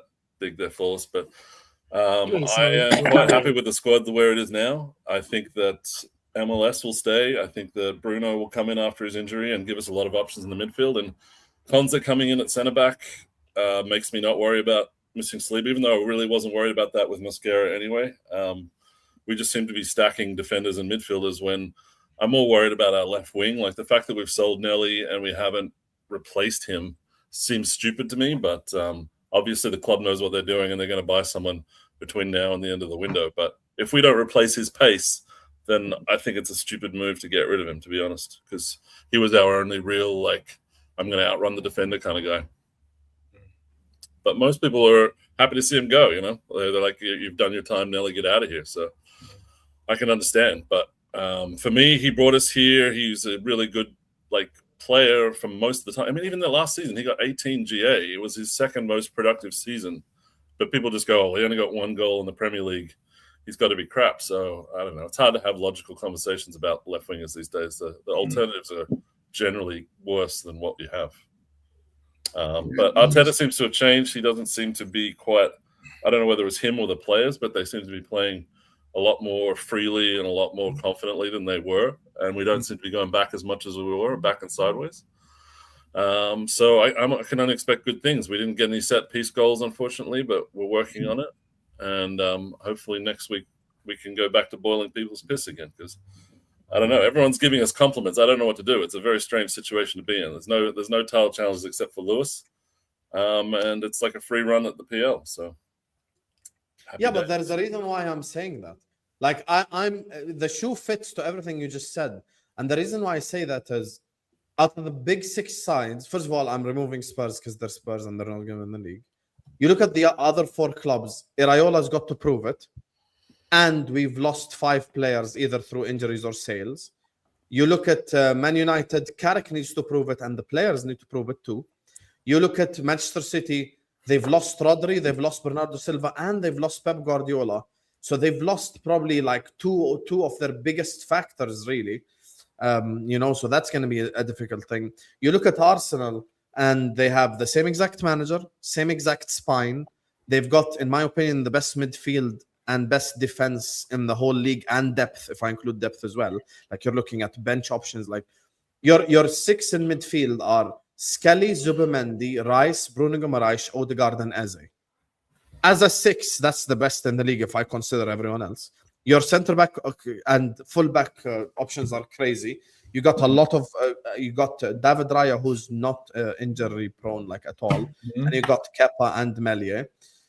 Attack is where the only part and those guys. Right? Attack is the only part where we will disagree. I think Saka is the difference maker in that attack. I liked what I saw from Zolis. I think Zolis was fantastic, but the others all are in prove themselves or like they're replaceable mode, if you would like. As an example, I don't think Declan Rice is replaceable. I don't think Saliba, Gabriel, these guys are replaceable. So when I look at like the rest of the league, in order for me to say Arsenal won't win the league, I need to bring up an example of a team that will win the league. So in order for me to go like, hey guys, Arsenal aren't going to win the league, by the way, because I think X are going to win the league. But I don't have an X right now. And I'll be honest with you, I show respect to Man City in terms of winning the league because they have a nuclear weapon called Erling Haaland. Could Erling Haaland, because here's the thing people need to understand. We don't discuss possibilities. We discuss probabilities more than anything else. We're not here to talk about what's possible. Because there's a possibility that United win the league. And there's a possibility Liverpool wins the league. And there's a possibility Chelsea win the league. But I'm talking about probabilities. I'm talking about what's likely to happen here. I'm not talking about what's the highly unlikely. But if you look at the PL, it's likely that there will be a title challenger. Like we haven't had people there's running away with it. There'll be a couple, but we just don't know who there is because there's so much new data in the league. Yeah. Like we just haven't got any data. Like we don't know. And it's only game week 1. And that's but I'm not making my opinion based on game week 1. I already gave you the reasons. Had City kept Pep, but you don't think my opinion would change. Yeah, but look at City, right? City, for example, are probably going to bring in at least 3, maybe 4 new players. We have no idea how they take to Maresca ball. You're getting Barcola. Do you know what I mean? We don't spend another 3. They get Barcola. If any of the teams get a major injury, like, do you know what I mean? Sod's law. Somebody's getting an ACL. But your guys are talking about possibilities. I'm talking about probabilities. Yeah, so I'm saying there's a probability. Do we agree that probably Arsenal will win the league? Probably. Yes, at this moment in time. Okay, so we agree then. Everything else you're saying are things that can happen. By the way, I was in the middle of mentioning a possibility. Erling Haaland could get 50 GA and City win the league. No problem. I accept that's a possibility. But I'm here to talk about things that are likely to happen. Not like a one-off incredible season by a player or some shit like this. Like no one would have predicted Salah to get 47 GA and Liverpool win the league. No one did. Not myself.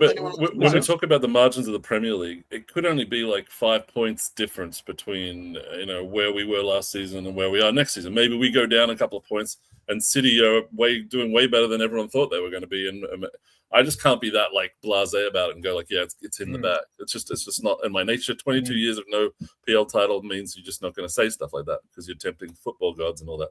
But to be honest, it's looking like Chelsea is going to be our closest competitor, and fuck it, let's run it. Are you confident about? Are you sure about? I'm not sure about like City haven't. Yeah, they got slapped by Arsenal, right? Fairs, but I'm like, it's still just they've got a lot of they've got a lot of quality. They're still buying and a lot of question marks. Yeah, that's my point. But I'm like, I always thought Maresca was a good coach, so I'm like, he's a good coach with good players. I don't know. I think Maresca is a good coach too. But he ain't better than Pep now. What happens if Buada and Enzo and all these coming in at the ground running? Once again, you're saying stuff. What if? No, I'm asking you because there's still good players. Okay. One second. Uno Why reverse. is it hard to imagine? One second. Uno reverse. What if Buadi doesn't, adapt to the Premier League? What if Enzo Fernandez's price tag affects him negatively and he turns? He's too early. Bro, he signed for 105. To be fair, I don't think that's gonna be. Yeah, but that's what I'm saying. No, but expectations at City are different right now. No, but like price tag, he's already joined with one big price tag, isn't it? I'm not saying that City cannot win the league 100%. Oh, Sam, how many teams have retained the title? City are second favorites for me. How many teams have retained the title? How many teams have retained the title? 3. Yes, 3, isn't it? There you go. In our lifetime, let's add that bit. In our lifetime, 35 years, 3 teams. I don't know. Martin, I don't think Listen, the are we scenario saying has Arsenal ever been like favourite? this. Of course, for Sam. Yeah, I but the don't scenario know. has never been like this in our whole life, Martin. We've always had like a second team that everyone was sure about as well. Like when you had Pep, you had Klopp. So you would go live and you would. Some people would say City are going to win the league. Some people would say Liverpool. You had Mourinho and Fergie. Did you think you'd win the league when Slot walked in? You always Did had you that think other you'd win team. the league when Arnie Slot walked in? Okay, I'm so glad you said that. But I just said 5 seconds ago. I said Haaland could get 50 GA and City win the league. That's basically, let's be honest about what happened in that season. Salah went on a madness. Now that he's left the league and he doesn't play for Liverpool anymore, let's just call it spade a spade. He just went on a madness and he contributed to 47 goals and assists and he did some next level shit and we ended up winning the league. Could Haaland do that? Yes. My only point is I cannot talk about what I can talk about what could happen all day, but I'm just simply stating what I think will happen most likely. Yeah, well, of course, that's all we can do now. Yeah, that's it. That's all I we can give do. you one scenario where we are not as good as last year because maybe we're too worried about trying to play entertaining football than getting the 1-0 results that were dirty set piece wins over the line last season. Like there's a few variables in there where we could lose our way and not be that far away from anyone who's on 75 points. So it could be everyone in this. We could have a 6-way title race. That's what, like, amazing. My thing is more like I think going into the season not knowing what City are going to look like, but then you almost say the coach is good. You know, he's a prem proven coach and he's going to mold it. And if I look at Chelsea in his first season, they finished top 5. Do you know what I mean? Straight in, finished top 5. So if City's objectives are whatever, then who's to say that Enzo can't meet them first season going in? Because he's capable. Or he's shown everyone has good managers that I respect. I think that there's no bad managers in the top 6 scenario. The X Factor's gone. The X Factor in Guardiola has left the league. Listen, I'm not daft. We all know and that. Rodri. But I'm with Martin. I think Arsenal got very good defence, good goal, and good midfield. I question their up front. That's because I don't think they'll get Alvarez because Alvarez isn't a big fan of England. Alvarez is trying to get to one destination. Doesn't matter. I went through the old rigmarole with Julian Alvarez. His sisters were trying to get him to Spain. He's not going to leave Spain to come back to a country he did not like. Did not like England. Hated it. And if he goes to Arsenal, I promise you, within 18 months, he'll be back out the door again. Because he's trying to get to one place. He's trying to get to Barcelona or Real Madrid. That's where he's trying to get to.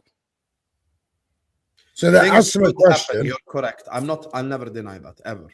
By the way, God forbid, like Rice gets a long-term injury and Salih and Gabriel and blah blah blah. Of course, it changes things, but it is what it is. Like at the end of the day, I just think they look so stable right now and just better than everyone else, and that's it. I hope you guys get defeated in the tunnel before the game with this type of talk because it sort of tends to manifest itself in the result if people think that it's a result. And speaking of all we're doing is putting pressure on you now, Martin. Enjoy it. Hey, we're just 90-minute merchants over anymore. Oh hell no! If Barnes did the underdog I'm up gimmick, for the race. It won't work. It won't work. Underdog gimmicks will not work with current Arsenal. Speaking of defeated, let's talk about Man United. Big up to all you guys locked in. Please hit the like button. Subscribe to the channel. Should we all go off camera now and just let's go out this for roll to 80,000 subscribers, people. Make sure you sub, man. Yes, please like and subscribe. Yes, make sure you do so. Flawless. I'll be honest with you. We've had embarrassing moments all this week. I've heard you, I think, online even say it's probably the worst result of the weekend. Like it's just so. Oh yeah, definitely. Without doubt. Given expectations and all that. I'm still irritated about it now. What the hell happened? Legit. I'm still irritated about it now. Oh, is that all he's got? I thought you would have to have a more in-depth question than what the hell happened, and then he goes off camera. This guy, yo, Hey, Jay,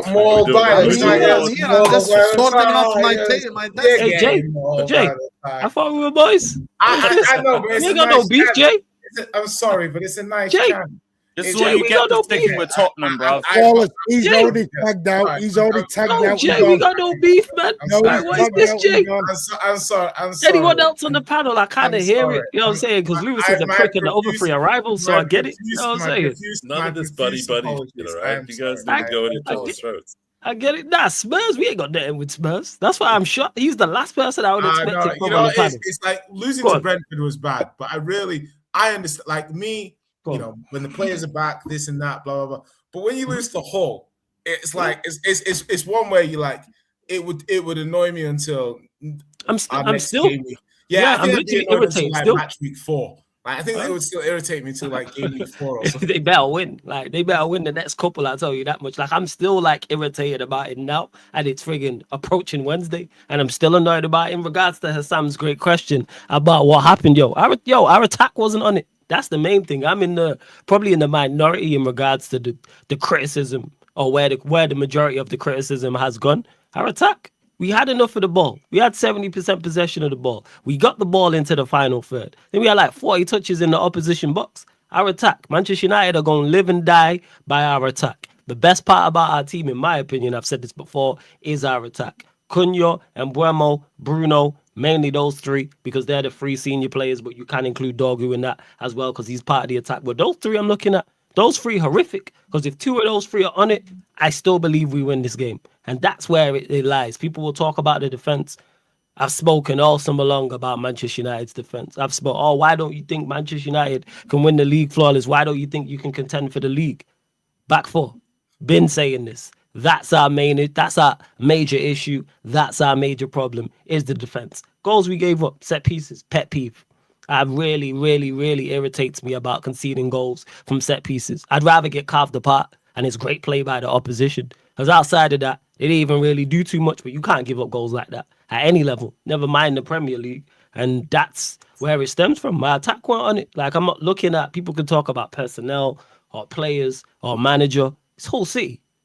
Like, go out there, defend properly, move the ball fast, and you'll win the game. And we didn't do that. Like, it's not, but go on. Can I ask a question? Because I hear you. Totally hear you. I want to give a little bit of credit to Hull as well. Because we always say, you know this, Flawless, there's an old thing here. Promoted teams at home, in the first game or two, you don't really want. Not in the slightest. They're always up for it. It becomes like a cup final for them. And that's what I saw. Hull just outfought you. Absolutely. But that was like an old-fashioned fourth-round FA Cup tie that I was watching. If you know what I mean. That was like one of them. Grimsby Town, you're saying? You probably looked at the fixture list and thought, bloody hell, Hull away. Hull at Old Trafford, very different. Hull at home, in the first game back in the Premier League, they're going to be up. Yeah, they're going to be up for it. Like Tigers. And excuse the pun, I'm not trying to. But you know what I mean, don't you, Flawless? Yeah, I get what you're saying. Good pun. It's the way it is. And I just think United, unfortunately, they got outbattled. Absolutely outbattled and outfought.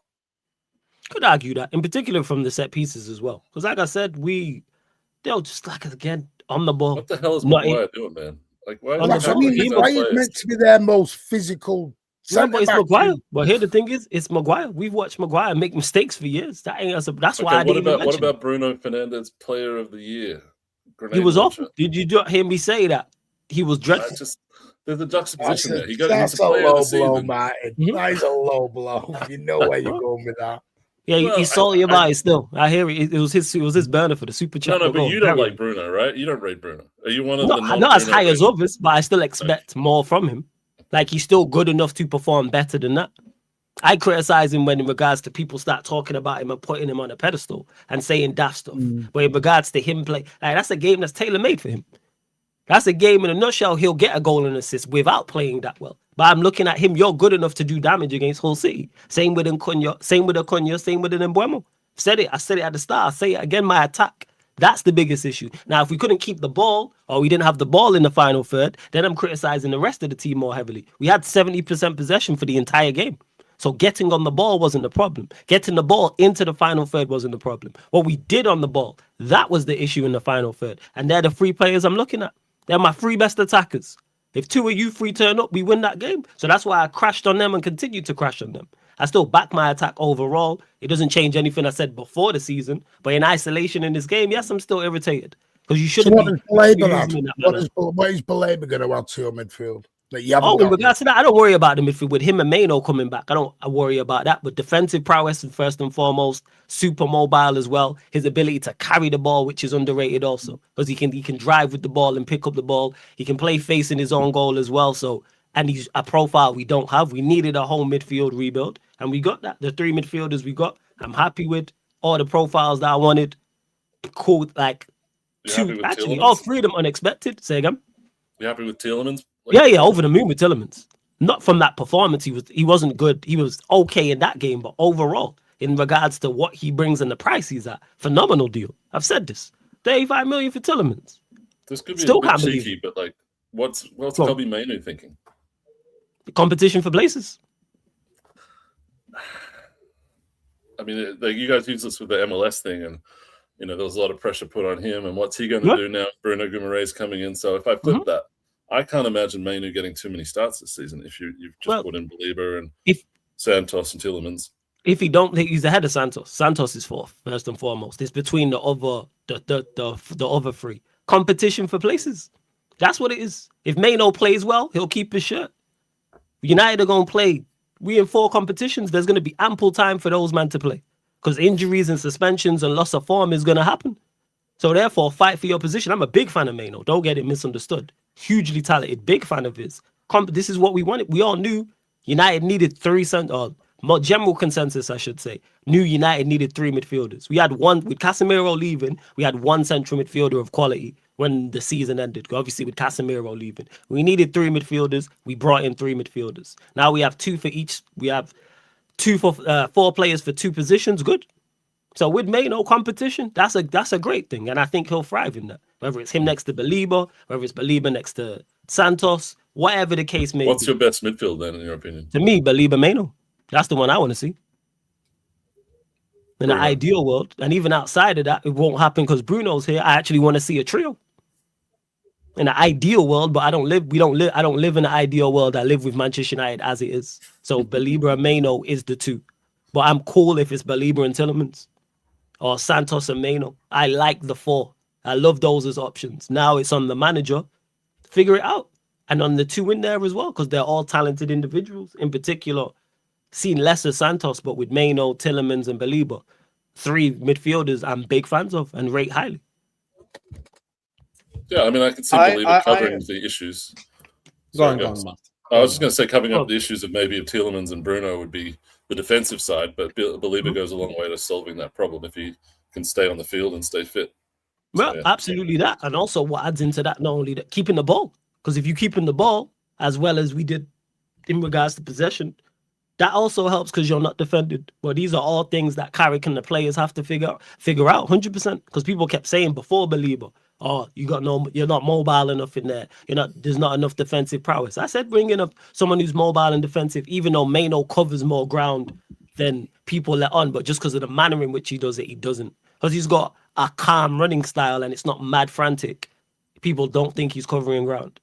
And I bet if you check stats in most games, he's covered.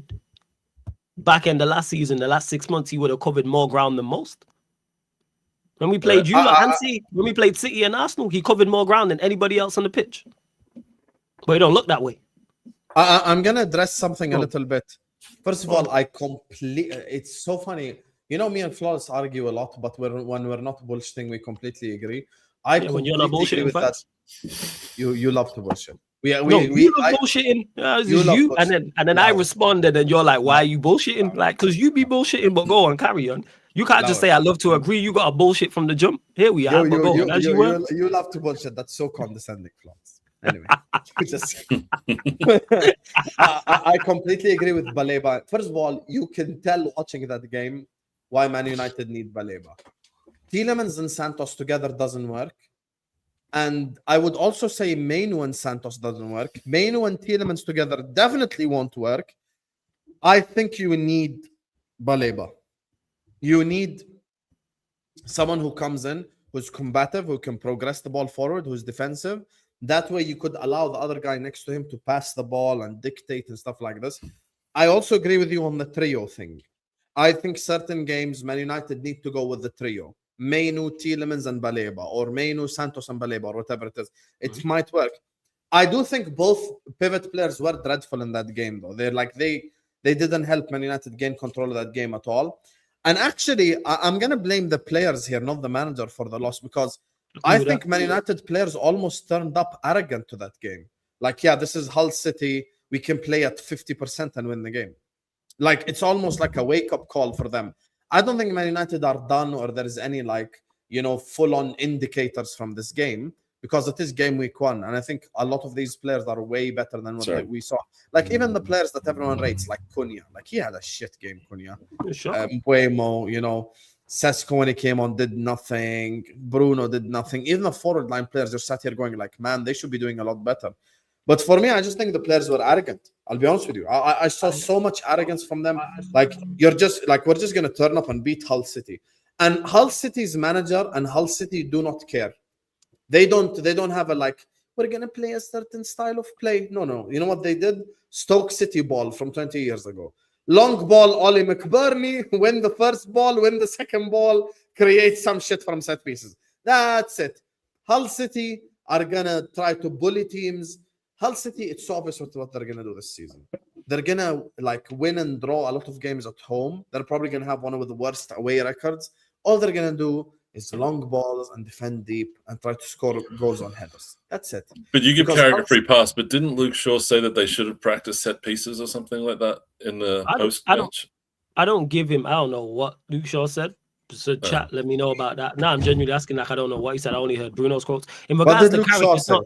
I think he said that they should have trained more for what Hull were good at, which was basically like set pieces, saying that they didn't prepare for it. And also it was Tielemans that told Rio that they didn't do any running in preseason. Like, I'm a little bit worried about what they were up to in preseason, because it doesn't sound like it was the right stuff. But I'm gonna quote Hamza here though on to a small level here. You're saying I'm letting Carrick get away with it. First of all, I don't think Carrick should have got the full-time job. I think they should give it to Nagelsmann. But let's take that to the side now. I'm going to quote Hamza. Even though he's shameless, sometimes he makes very sensible points. Even if Flawless or Jay or myself were Man United manager, Man United should still beat Hull City. Crazy. I've said the exact same thing. That's the thing. Like, that's why I'm not blaming the manager. I think Carrick should put out the team and go like, guys, have fun, and they should beat Hull City. Legit. Yeah. And in regards to Shaw's talking about the set pieces thing, obviously I've not heard this and that. Defending set pieces is defending set pieces. You don't need preparation. Mark your man. If you mark your man and you win the aerial duel, or you put him off enough, then you'll be fine. United lost 3. United just didn't lose 1 duel for their first goal. It was 3. Shaw got beat at the near post. In this day and age, every team has their, like, set pieces. Like, you can go watch Hull games and research how they're going to do stuff. I watched some of Hull last season. I'm not using that as an excuse. I'm sorry, no. I'm not hearing it. And in regards to the running side of thing, we had 70% possession of the ball. Running wasn't the issue. What we did on the ball was the issue. It wasn't a running thing. They scored 2 set pieces. Outside of that, Lemens made a couple of saves, and that if he didn't make, we'd all be here crashing on him, and Hassan would have had it in his title. Like, it wasn't a running issue with that. It wasn't, like I said, on the ball was the problem. What we did with the ball. People want to run. Oh, we didn't. No control. Like that. No control at all. 70%. So you should be doing less running if you have the ball more. Because you're not chasing. Your back four shouldn't really be doing too much, which, you know, they don't. Our fullbacks don't really get. But that's a whole different conversation that I'm not going to get into. But yeah, like, defend the set pieces. Like, mark your man. We lost 3 duels. No, 1 or 2, 3. Deal with fine, as long as it's not going to repeat itself later, and then you're like, no, of course, you learn that lesson. But yeah, that's when it's then an issue. But my back four is going to, I tell you now, Martin, my back four going to concede goals like that again, because it's not good enough. It's the biggest issue of why we can't do anything. And I say of no, like why we can't can go and contend for a league title. I've been saying this all summer long. I didn't need this game to go and everyone go, wow, your defense ain't good enough. Centre backs, I've been saying it on A-listers all summer long. And people have been like, oh, you need a left winger, centre back, left back. I don't like my back four. It's awful. Been saying this. And it's only now people are like, wow, your back four is not good enough. Well, yeah, it's I think a lot of people have been disagreeing with United fans most of the time when they say that we've got really good defenders, right? Because they've been comparing Yoro to Saliba and Martinez and all that over the years, not necessarily recently, but I think I would probably want to see the back of all of those defenders right now, like just like you. Like it's that none of them proved to be good enough.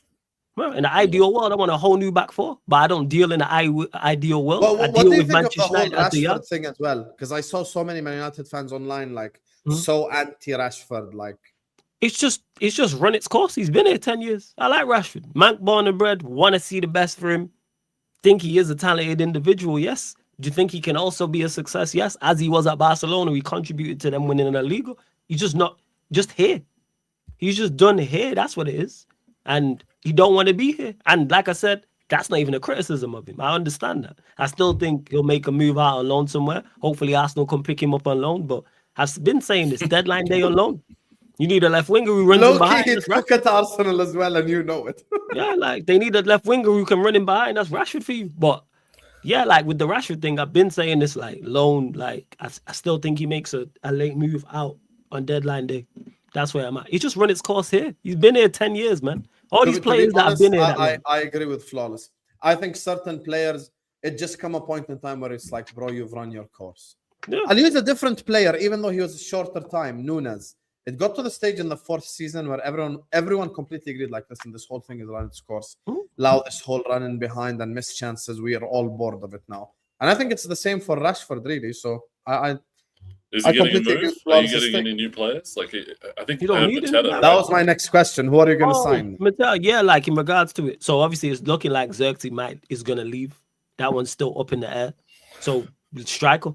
So if we go and get Mateta, cool. I wanted Mateta last year. So if we bring in Mateta and he's back, it's him and Sesko. You want to throw in Bremo as a 9, adding to already attacking depth there. I'm cool with that. Mateta adds an element that we don't have because he's more of a traditional number 9. Physical attack, even though Sesko attacks crosses, but he'll hold the ball up and pin centre backs and stuff like that. So if you bring me Mateta, I'm cool with that. No complaints. I'm all for bringing in talent to the football club. I think Mateta's underrated player. I think he would definitely help a team. Let me do these before we just talk about Liverpool and then wrap up. Arsenal need an Alvarez type player to rid the Eurovision tag. Okay, they'll walk the league by 13 points in second gear. Hughes, go rot in your own urine. I didn't ask you about Alvarez, by the way, Martin. What do you think of it? I don't think that he wants to be in the Premier League. I don't think he wants to be at Arsenal. And so that, for me, that's a no. But yeah, I'm sure he could come in and he would be fine. I wouldn't have an issue with it. He'd be better than Gyökeres at holding the ball up, perhaps, and shooting from outside the box. But I was never super convinced by Alvarez when I saw him at the City. I know that he was behind Haaland and he never got a real chance at it. But I don't see him as a Premier League number 9 more than I do Gabriel Jesus as a Premier League number 9. Like they're sort of false nines. They're not really what we need. But that's just my preference. I don't think he's worth 140 million, for example. Barcola hijack, inshallah, is what Don AFC says. That's one of the weirdest things for me this whole time that I thought Arsenal would really attempt this Barcola stuff, man. But doesn't he want Liverpool? I think we've given calls to pretty much everyone. We've got all the money and we've got plenty of room for someone to come and play, but there's not enough level raisers out there to throw this money at. I feel like McBurney was moving exactly like Zidane versus Brazil at the 06 World Cup. You know. I'll be honest with you, I don't think McBurney did anything special. He just held the ball up and brought the others into play.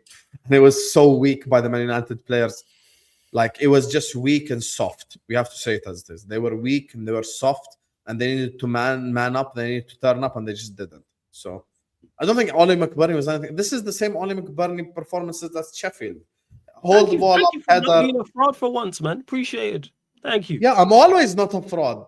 I'm a fraud if you're a fraud, because I have to out-fraud you. Lord, man. Why is that? This guy, man. This guy. I'm a fraud if you're a fraud. But Flawless, you're generally happy with Carrick and your team overall? So, yeah, in regards to Carrick, yeah. I can't, from what he's done from when he's joined last season, I can't ask no more. You exceeded all my expectations. I said before he got the job, no matter what he does, don't give him the job.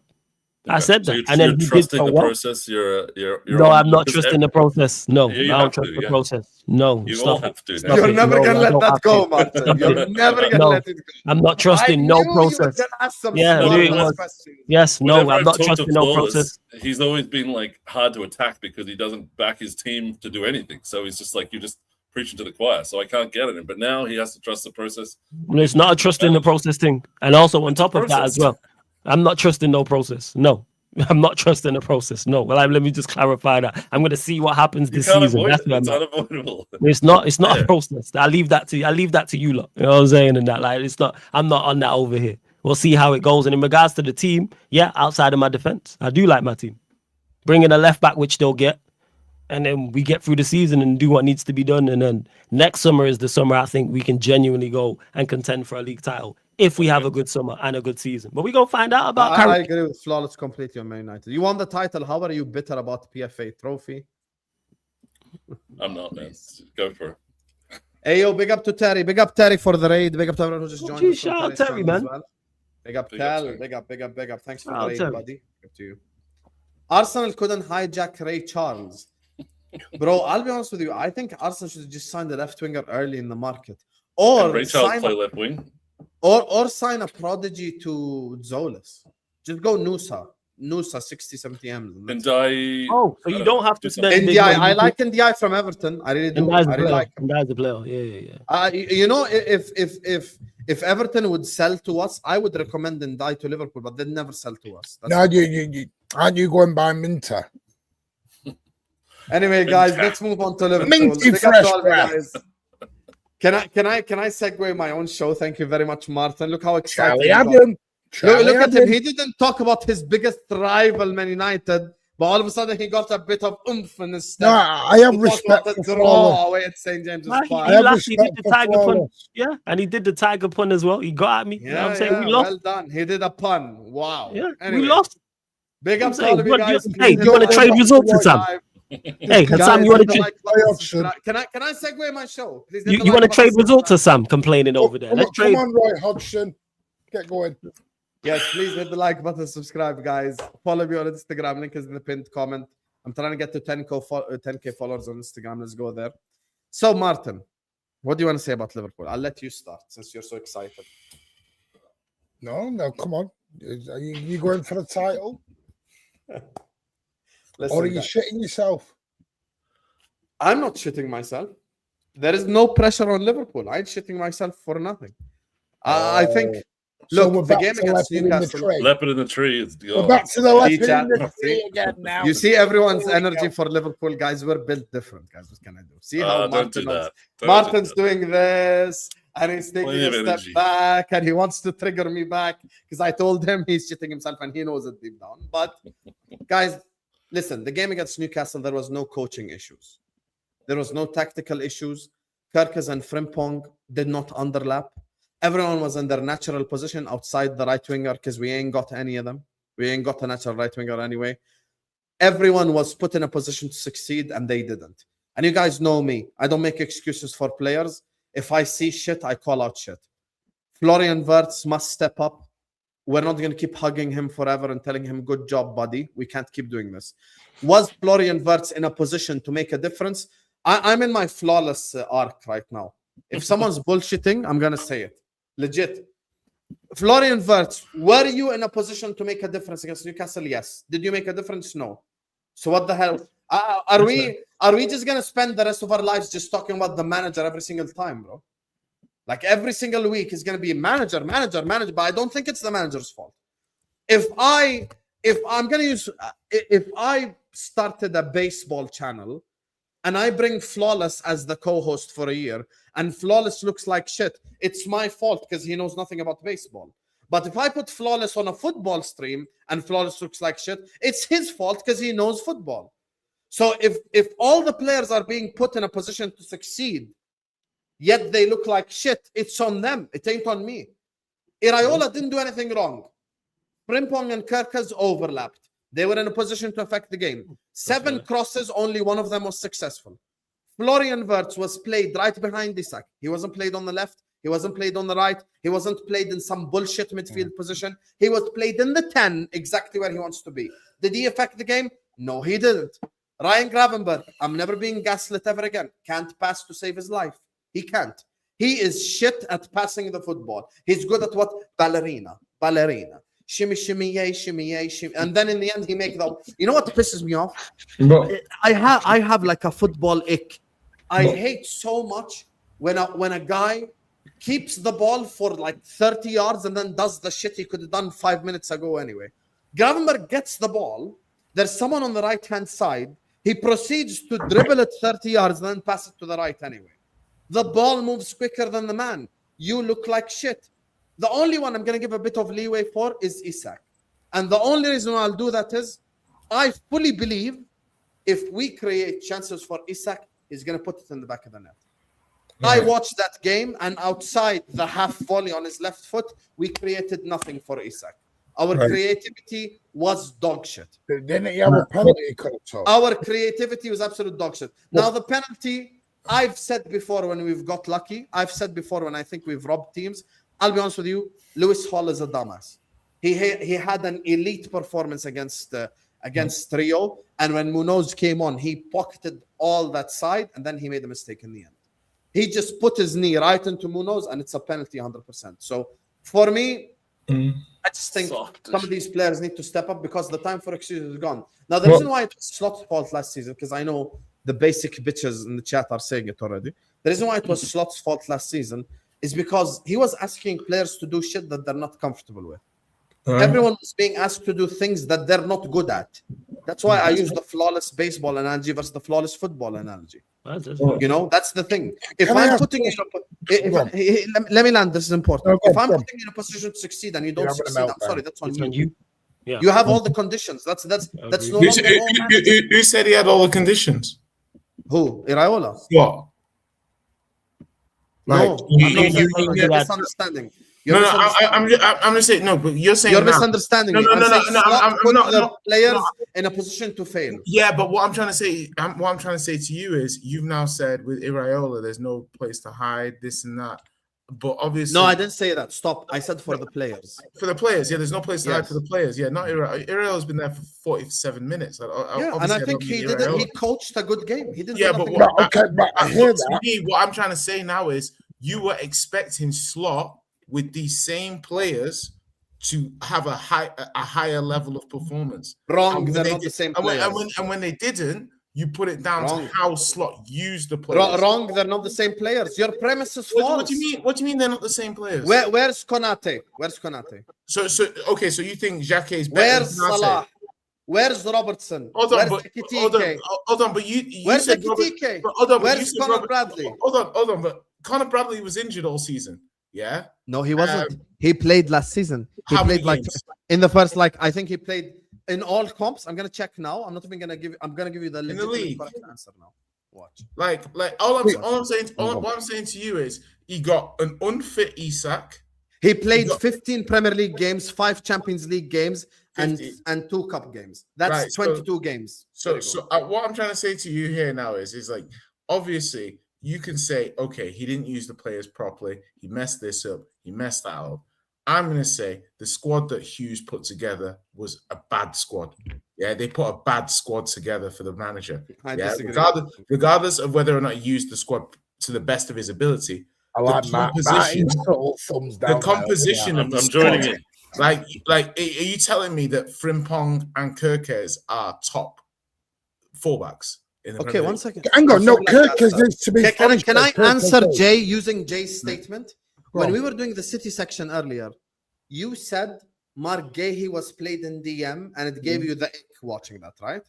No, I said it gave me the ick him being in the Kevin De Bruyne half space, but he actually did a pretty good job. Okay, no problem. That's why I actually said. I'm going to ask you a question and I want you to be honest. Sure. Had the result of that game been Bournemouth 2-1 Man City, Bournemouth won the game, would have people mentioned that Gahey was in DM? Everyone would have destroyed Mark Gahey in that position. I'm so glad Martin said that. Right. Now let's take a step back from the side. What did I say? If you're put in a position to succeed and you fail, it's on you. I am not Is it not low hanging fruit doing that? Hey, let me land, Martin. This season, every player must be held accountable. Every single one. Right. Because they're all being put in the correct position on the pitch. Says who? Did Anthony Iraola ask? And by the way, you asked a question about Frimpong and Kerkez. I'll answer that real quick. Is Rio being placed in the right position? One second. Is Rio yeah, being but I already placed in the right see. position? That's why you were on your phone. I said all players except the right-hand side because we don't have an Okay, answer. so right Rio's now. not being played, but go on. Okay, 10 players were in a position to succeed. If 10 Okay, so players one of succeeded, them we would have won the game. Were you giving Iraola a pass? If Slot did that, why? Because we don't have a right winger. Because we don't have a right winger. Don't be disingenuous. I'm not being disingenuous. Who's building this squad? You're buying another left winger, but continue. You had a point. You're to make. talking I don't about wanna one put you out. position. Don't do the whole a drop in the ocean. Look at the ocean, not the drop. I'm just saying. Now you asked about Frimpong and Kerkez and poor squad building. If Man United sign Lewis Hall and he turns out to be shit, did Man United make the wrong decision at the time? No. No, but Milos Kerkez. Let me land, maybe you asked me. Milos Kerkez was PFA Team of the Season left back. Right. Meaning, out of all the left backs in the league, But he we was know the the best PFA one thing's a bit while playing for fugazi. Bournemouth in the same league. Because I've heard you in the Spurs section tell me that Spurs wanted a Premier League proven player. So guess what? We signed the best left back in the Premier League who was proven in the league, and he's not performing. So should I call out the manager or should I call out the player? The player. And that's what I'd probably say the player. I'd I've say never okay, seen and that's what I'm doing. Right. I've never seen someone get overtaken like he got overtaken by Alanga. Yeah, Like Alanga had like a. Can I ask a question? Nah, that's not his fault, man. Alanga's. You're gonna think I'm mad His at Cookers that. needs to be a fast fullback, right? No, like that's- he used to that's get up not and down his- the line. I'll go one further. No left back in the league is catching Alanga in that position. No. Well, Yeah, someone no, might Only be one hear that's close their is Van der arm Ven. Or Van der Ven, that's it. Van der Ven at left back. That's why I said Van der Ven, that's it. And he's a centre back. There's no traditional left back that's catching Alanga in that. Can I You just can't just let him run around you. You have to like He stop him. didn't. He tried. He lost. Put him out Just there. let him. He just. Slide One tackle him. player I want to question in all this, and I know Szoboszlai scored the pen again. Why didn't Isak step up at that penalty, right? Isak's come back from injury. Because he would have missed. His old He stomping would have ground. missed. Hang on. He's got the time to shut 50-odd thousand Geordies up, right? He's had stick from the minute he got off the coach, being called a rat and everything else. We all saw the scenes. What the? I'm sorry, but I'm questioning Isak's mentality in this point. Shut them I up. think you guys Take are the making penalty and an put it in the onion bag. Yeah, but like even when Torres played for us from Atletico Madrid, Gerrard still took the penalties. Szoboszlai is the best penalty taker. He's only missed one in his whole career. How do you know? Isak used to take the penalties for Newcastle. Yes, That would have but boiled so it doesn't much matter whether we're new. Okay, watch this. I'm gonna leave this question for the future. If in the next game Isak takes the penalty, then you're right. But if Szoboszlai takes the penalty, would you admit you're wrong? No, yes, but I'm just. So that's the thing. He's the penalty taker of the club. I'm going to be honest with you. I think Isak went up there and shit the bed. No, I just think Szoboszlai is the penalty I think taker. Martin. no, not just. I don't think his performance was great. I think he went up there, and you said yourself this last season that was going to be a war when he went back there. Yeah. War. Yes. Yeah, like Shut them up. Get your confidence up. You come back from a bad injury. You need to get your momentum up. I'm sorry, I'm questioning his mentality. I am.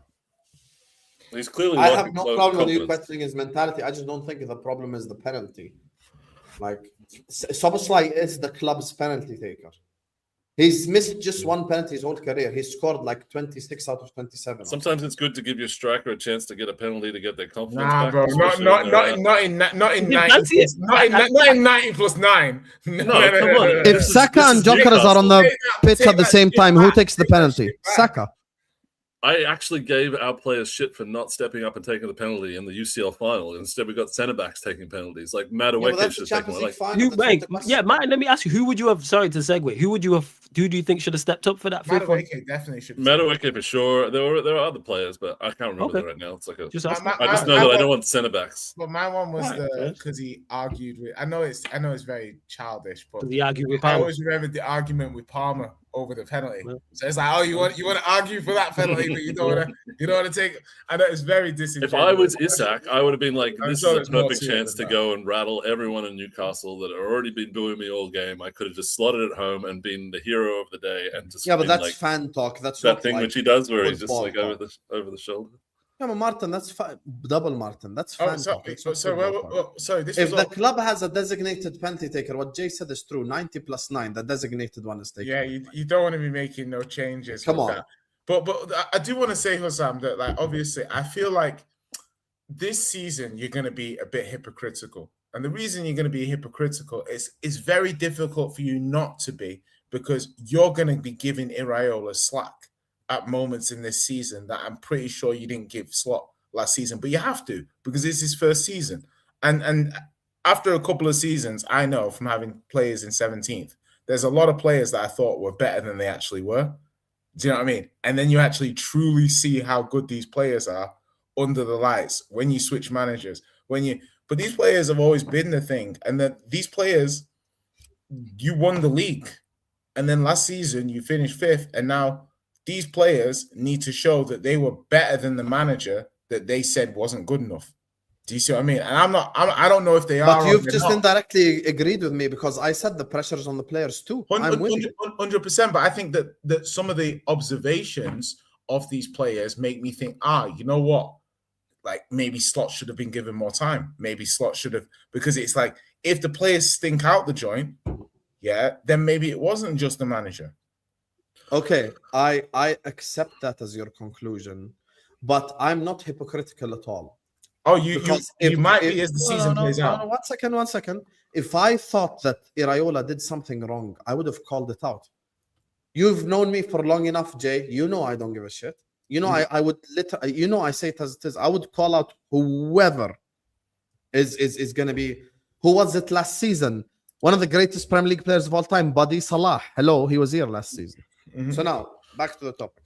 But what I don't understand is I would question. legitimately call out Iraola if I thought he did anything wrong from game 1.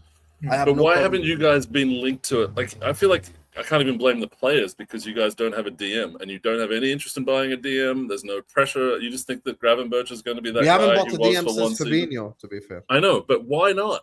And it just seems so baffling that the team doesn't have a ball winner there or someone who's going to put the foot on it. They did have a lot. Some French journalist. Today, some French journalists linked us to Lamin Camara. You did inquire about Nico G earlier on. Yes, and we you were should have linked got to Bruno Lamin, Guimaraes, right? Yeah, Camara. We were linked to Camara today. Lamin Camara. Okay. Well, that's what I think needs to be done, and it has needed to be done for ages, and I don't know why. I blame everyone up above the manager for where you guys are right now. I think the players haven't asked for the situation, neither has the manager. You know, as you guys are talking about the game, legitimately, I don't know how coincidental this is. I've got to be on Sports 1 on the background, and they're showing highlights of the game. And bro, some of the players are just so nonchalant and lackadaisy. Your out of possession was like Spurs' was bad.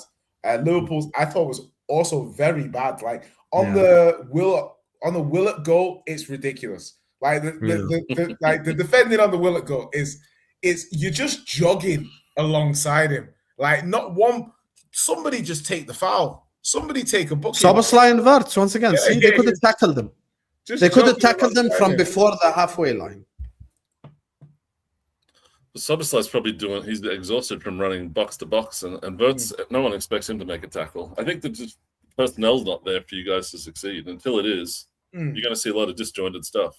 I don't understand. Frimpong is not a serious footballer. I'm sorry. But it's even just like clipping the ankles or so. It's great finish by Willett, but it's just bizarre that they just let him. It's almost like each of the players thought it was the other player's responsibility to stop him. Do you know what I mean? Like none of them thought somebody else is going to do it. Somebody else is going to do it. Somebody else is going to do it. And then it's in the bottom corner. So it's like, shit. Yeah. Ding Dong tucked his shirt in. Twerkes no pace. Bro, Kerkez was in a position to affect the game so many times. It's outrageous, man. Alanga's probably one of the most electric wingers. Like he was not catching. He had a 10-meter head start. I'm not hearing. He was not catching. He wasn't catching. Name me a left back that catches Alanga in that situation. What did you think of do you think Van Dijk? Good luck with that one. Yeah. Van Dijk and Xhaka looks pretty. Xhaka looks. I thought Xhaka looked good. He looks a beast, doesn't he? Monster. Yeah, good play. Absolutely gigantic. All right. Decent debut. I'm actually surprised you haven't looked to replace him, Van Dijk. The previous manager would have been cooked for playing Rio right wing, not giving Elliot a chance and playing that midfield pair. First of all, box of oranges.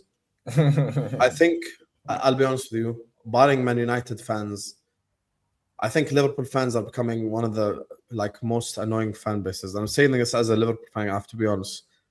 Everyone who was pro Arne Slot is just going to call out every little thing now and make it into a bigger thing than what it truly is. There are people that are pro. Leading, one second. Leading up to the game, box of oranges, name me one Liverpool content creator who asked for Elliot to start right wing.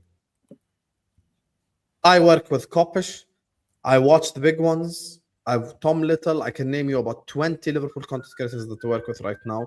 Not a single one said start Elliot right wing. Not a single one. In terms of the midfield pair, every single person said Szoboszlai and Gravenberg because they're the two most ready. This is the thing. You can sit up here and you can say these things, but say statements that people would have said. No one said this. I don't hear anyone talking about Harvey Elliott playing anyway. That's the thing. Do you know what it is? I was just going to say a lot of fans now. I don't mean anyone's fan debates are very weird because the one thing I'm seeing at the minute, for example, say a player leaves football club and they go somewhere else, they start debating what that player's done at this new football club and how they would have done it at your football club. And I just find it very weird. The problem is with a lot of football debates now, the fruit is so low hanging that we're coming out with anything. There's no deep thinking going on anymore in a lot of debates. I agree with you. Except for present company, right? Yeah, that's what I don't mean anyone else. I'm finding a lot of football debates like I'd see in a playground. Yeah, because it's the social media era. Because all you have to do is a game will literally finish. Pick any game. And that's what they did. Throw the microphone away. Yeah, any game of ours from the weekend, the final whistle goes, and there'll be a deep breakdown on Twitter from someone. How have you figured that out already? James Trafford has done 2 clean sheets, one in the league, one. Everyone's going, he's kept more clean sheets than Donnarumma. Someone told me United season's over, so here we are. What are we doing here, guys? Wasn't me. Our training under Slot was horrid. Holiday 3-4 days a week, traveling the world. The squad has hangover, and Iraola is going to get them all fit. Iraola ball. That's the thing, bro. At the end of the day, we didn't even play badly or anything. Some of these players, I'll be honest with you, moving soft. Just like what I said about the Man United players. Over here, we keep the same energy towards everyone. I said Spurs players, Chelsea players, Liverpool players, all of them, you have no scapegoat. You have nothing. Now you have to prove it on the football pitch. And that's the truth. I'm not going to sit up here and tell Lewis Palmer has to prove it, but then not say Wirtz has to prove it. But buddy, they all have to prove it. That's the whole point. Now there is no more wrong system, wrong style, none of this. Everyone's in the correct. Bro, Florian Wirtz had the ball so many times in a position to affect the game. And he always chose the easy way out. He didn't shoot. He didn't create. Do you want to know why? What would you say your identity is now, though? Before just before you go on that, Martin, Hussam, it's because he's been essentially misprofiled. Yeah, the guy's he's a control guy. He's not a game breaker. You guys thought you were getting a game breaker, but you didn't get a game breaker. You got a guy who's best. The best you're going to get from him is he's going to help you control the game and facilitate play.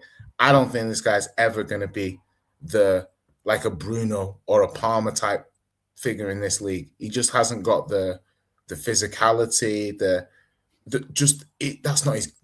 I just don't see it. I think he's a control guy. I think if you look at facilitators rather than you know, the finishing product type person. And I just think that's what he's going to be in England. Whether or not he can be more than that in Germany, and he has been, sure. But I don't know. I look at him and I see Donny van de Beek, like the Lionel Messi of Donny van de Beeks.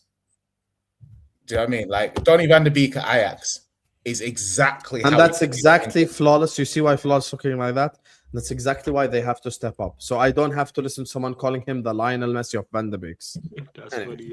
I'm not even surprised. I didn't think Wirtz would work in the Premier League. I saw it from day one. So. Fair enough. Look, all the links are in the description. Oh, did you see that? Brighton just said they want 80 million. Yeah, and Liverpool aren't going to meet it. Thank God. So where'd you go? Right, you don't meet that. What's the Jay? Put the thing in the tweet. I mean, put the tweet in the private chat. Brighton inform Liverpool they want 80 million for Minte. Price Liverpool are currently not a price Liverpool are currently willing to meet. Liverpool not expected to return with a third bid unless the valuation drops. Previous 60 million bid viewed as competitive but rejected by Brighton. So where'd you go? I have no clue right now. Because Pedro Neto's going to be 80. I think now we get going to end up somewhere. Pedro Neto's going to be £100 million bomber at somewhere on deadline. Okay, watch this, yeah? Fabrizio Romano, Bomba 10 seconds ago. Negotiations for Minte are not developing and gone cold in the last 24 hours. Liverpool exploring different options for second winger. First priority remains always Bradley Barcola. So it's often. Yeah, most likely. Interesting. It's probably going to be back to Mbaye. Anyway, Alhamdulillah, we are saved. No Minte at my club. Big up to all of you guys. Hit the like button, subscribe. All the links are in the description. Go give all my brothers subscribe. This was an absolutely incredible stream. We still have almost 1,000 people in here. 300 likes, chat. Close the live chat. Hit the like button. Follow me on Instagram. I'm going to take you over to Sarcasm City TV as Flawless has gone live right now. Love you all. Like, share, comment, subscribe. Peace out, Habibis. Big up.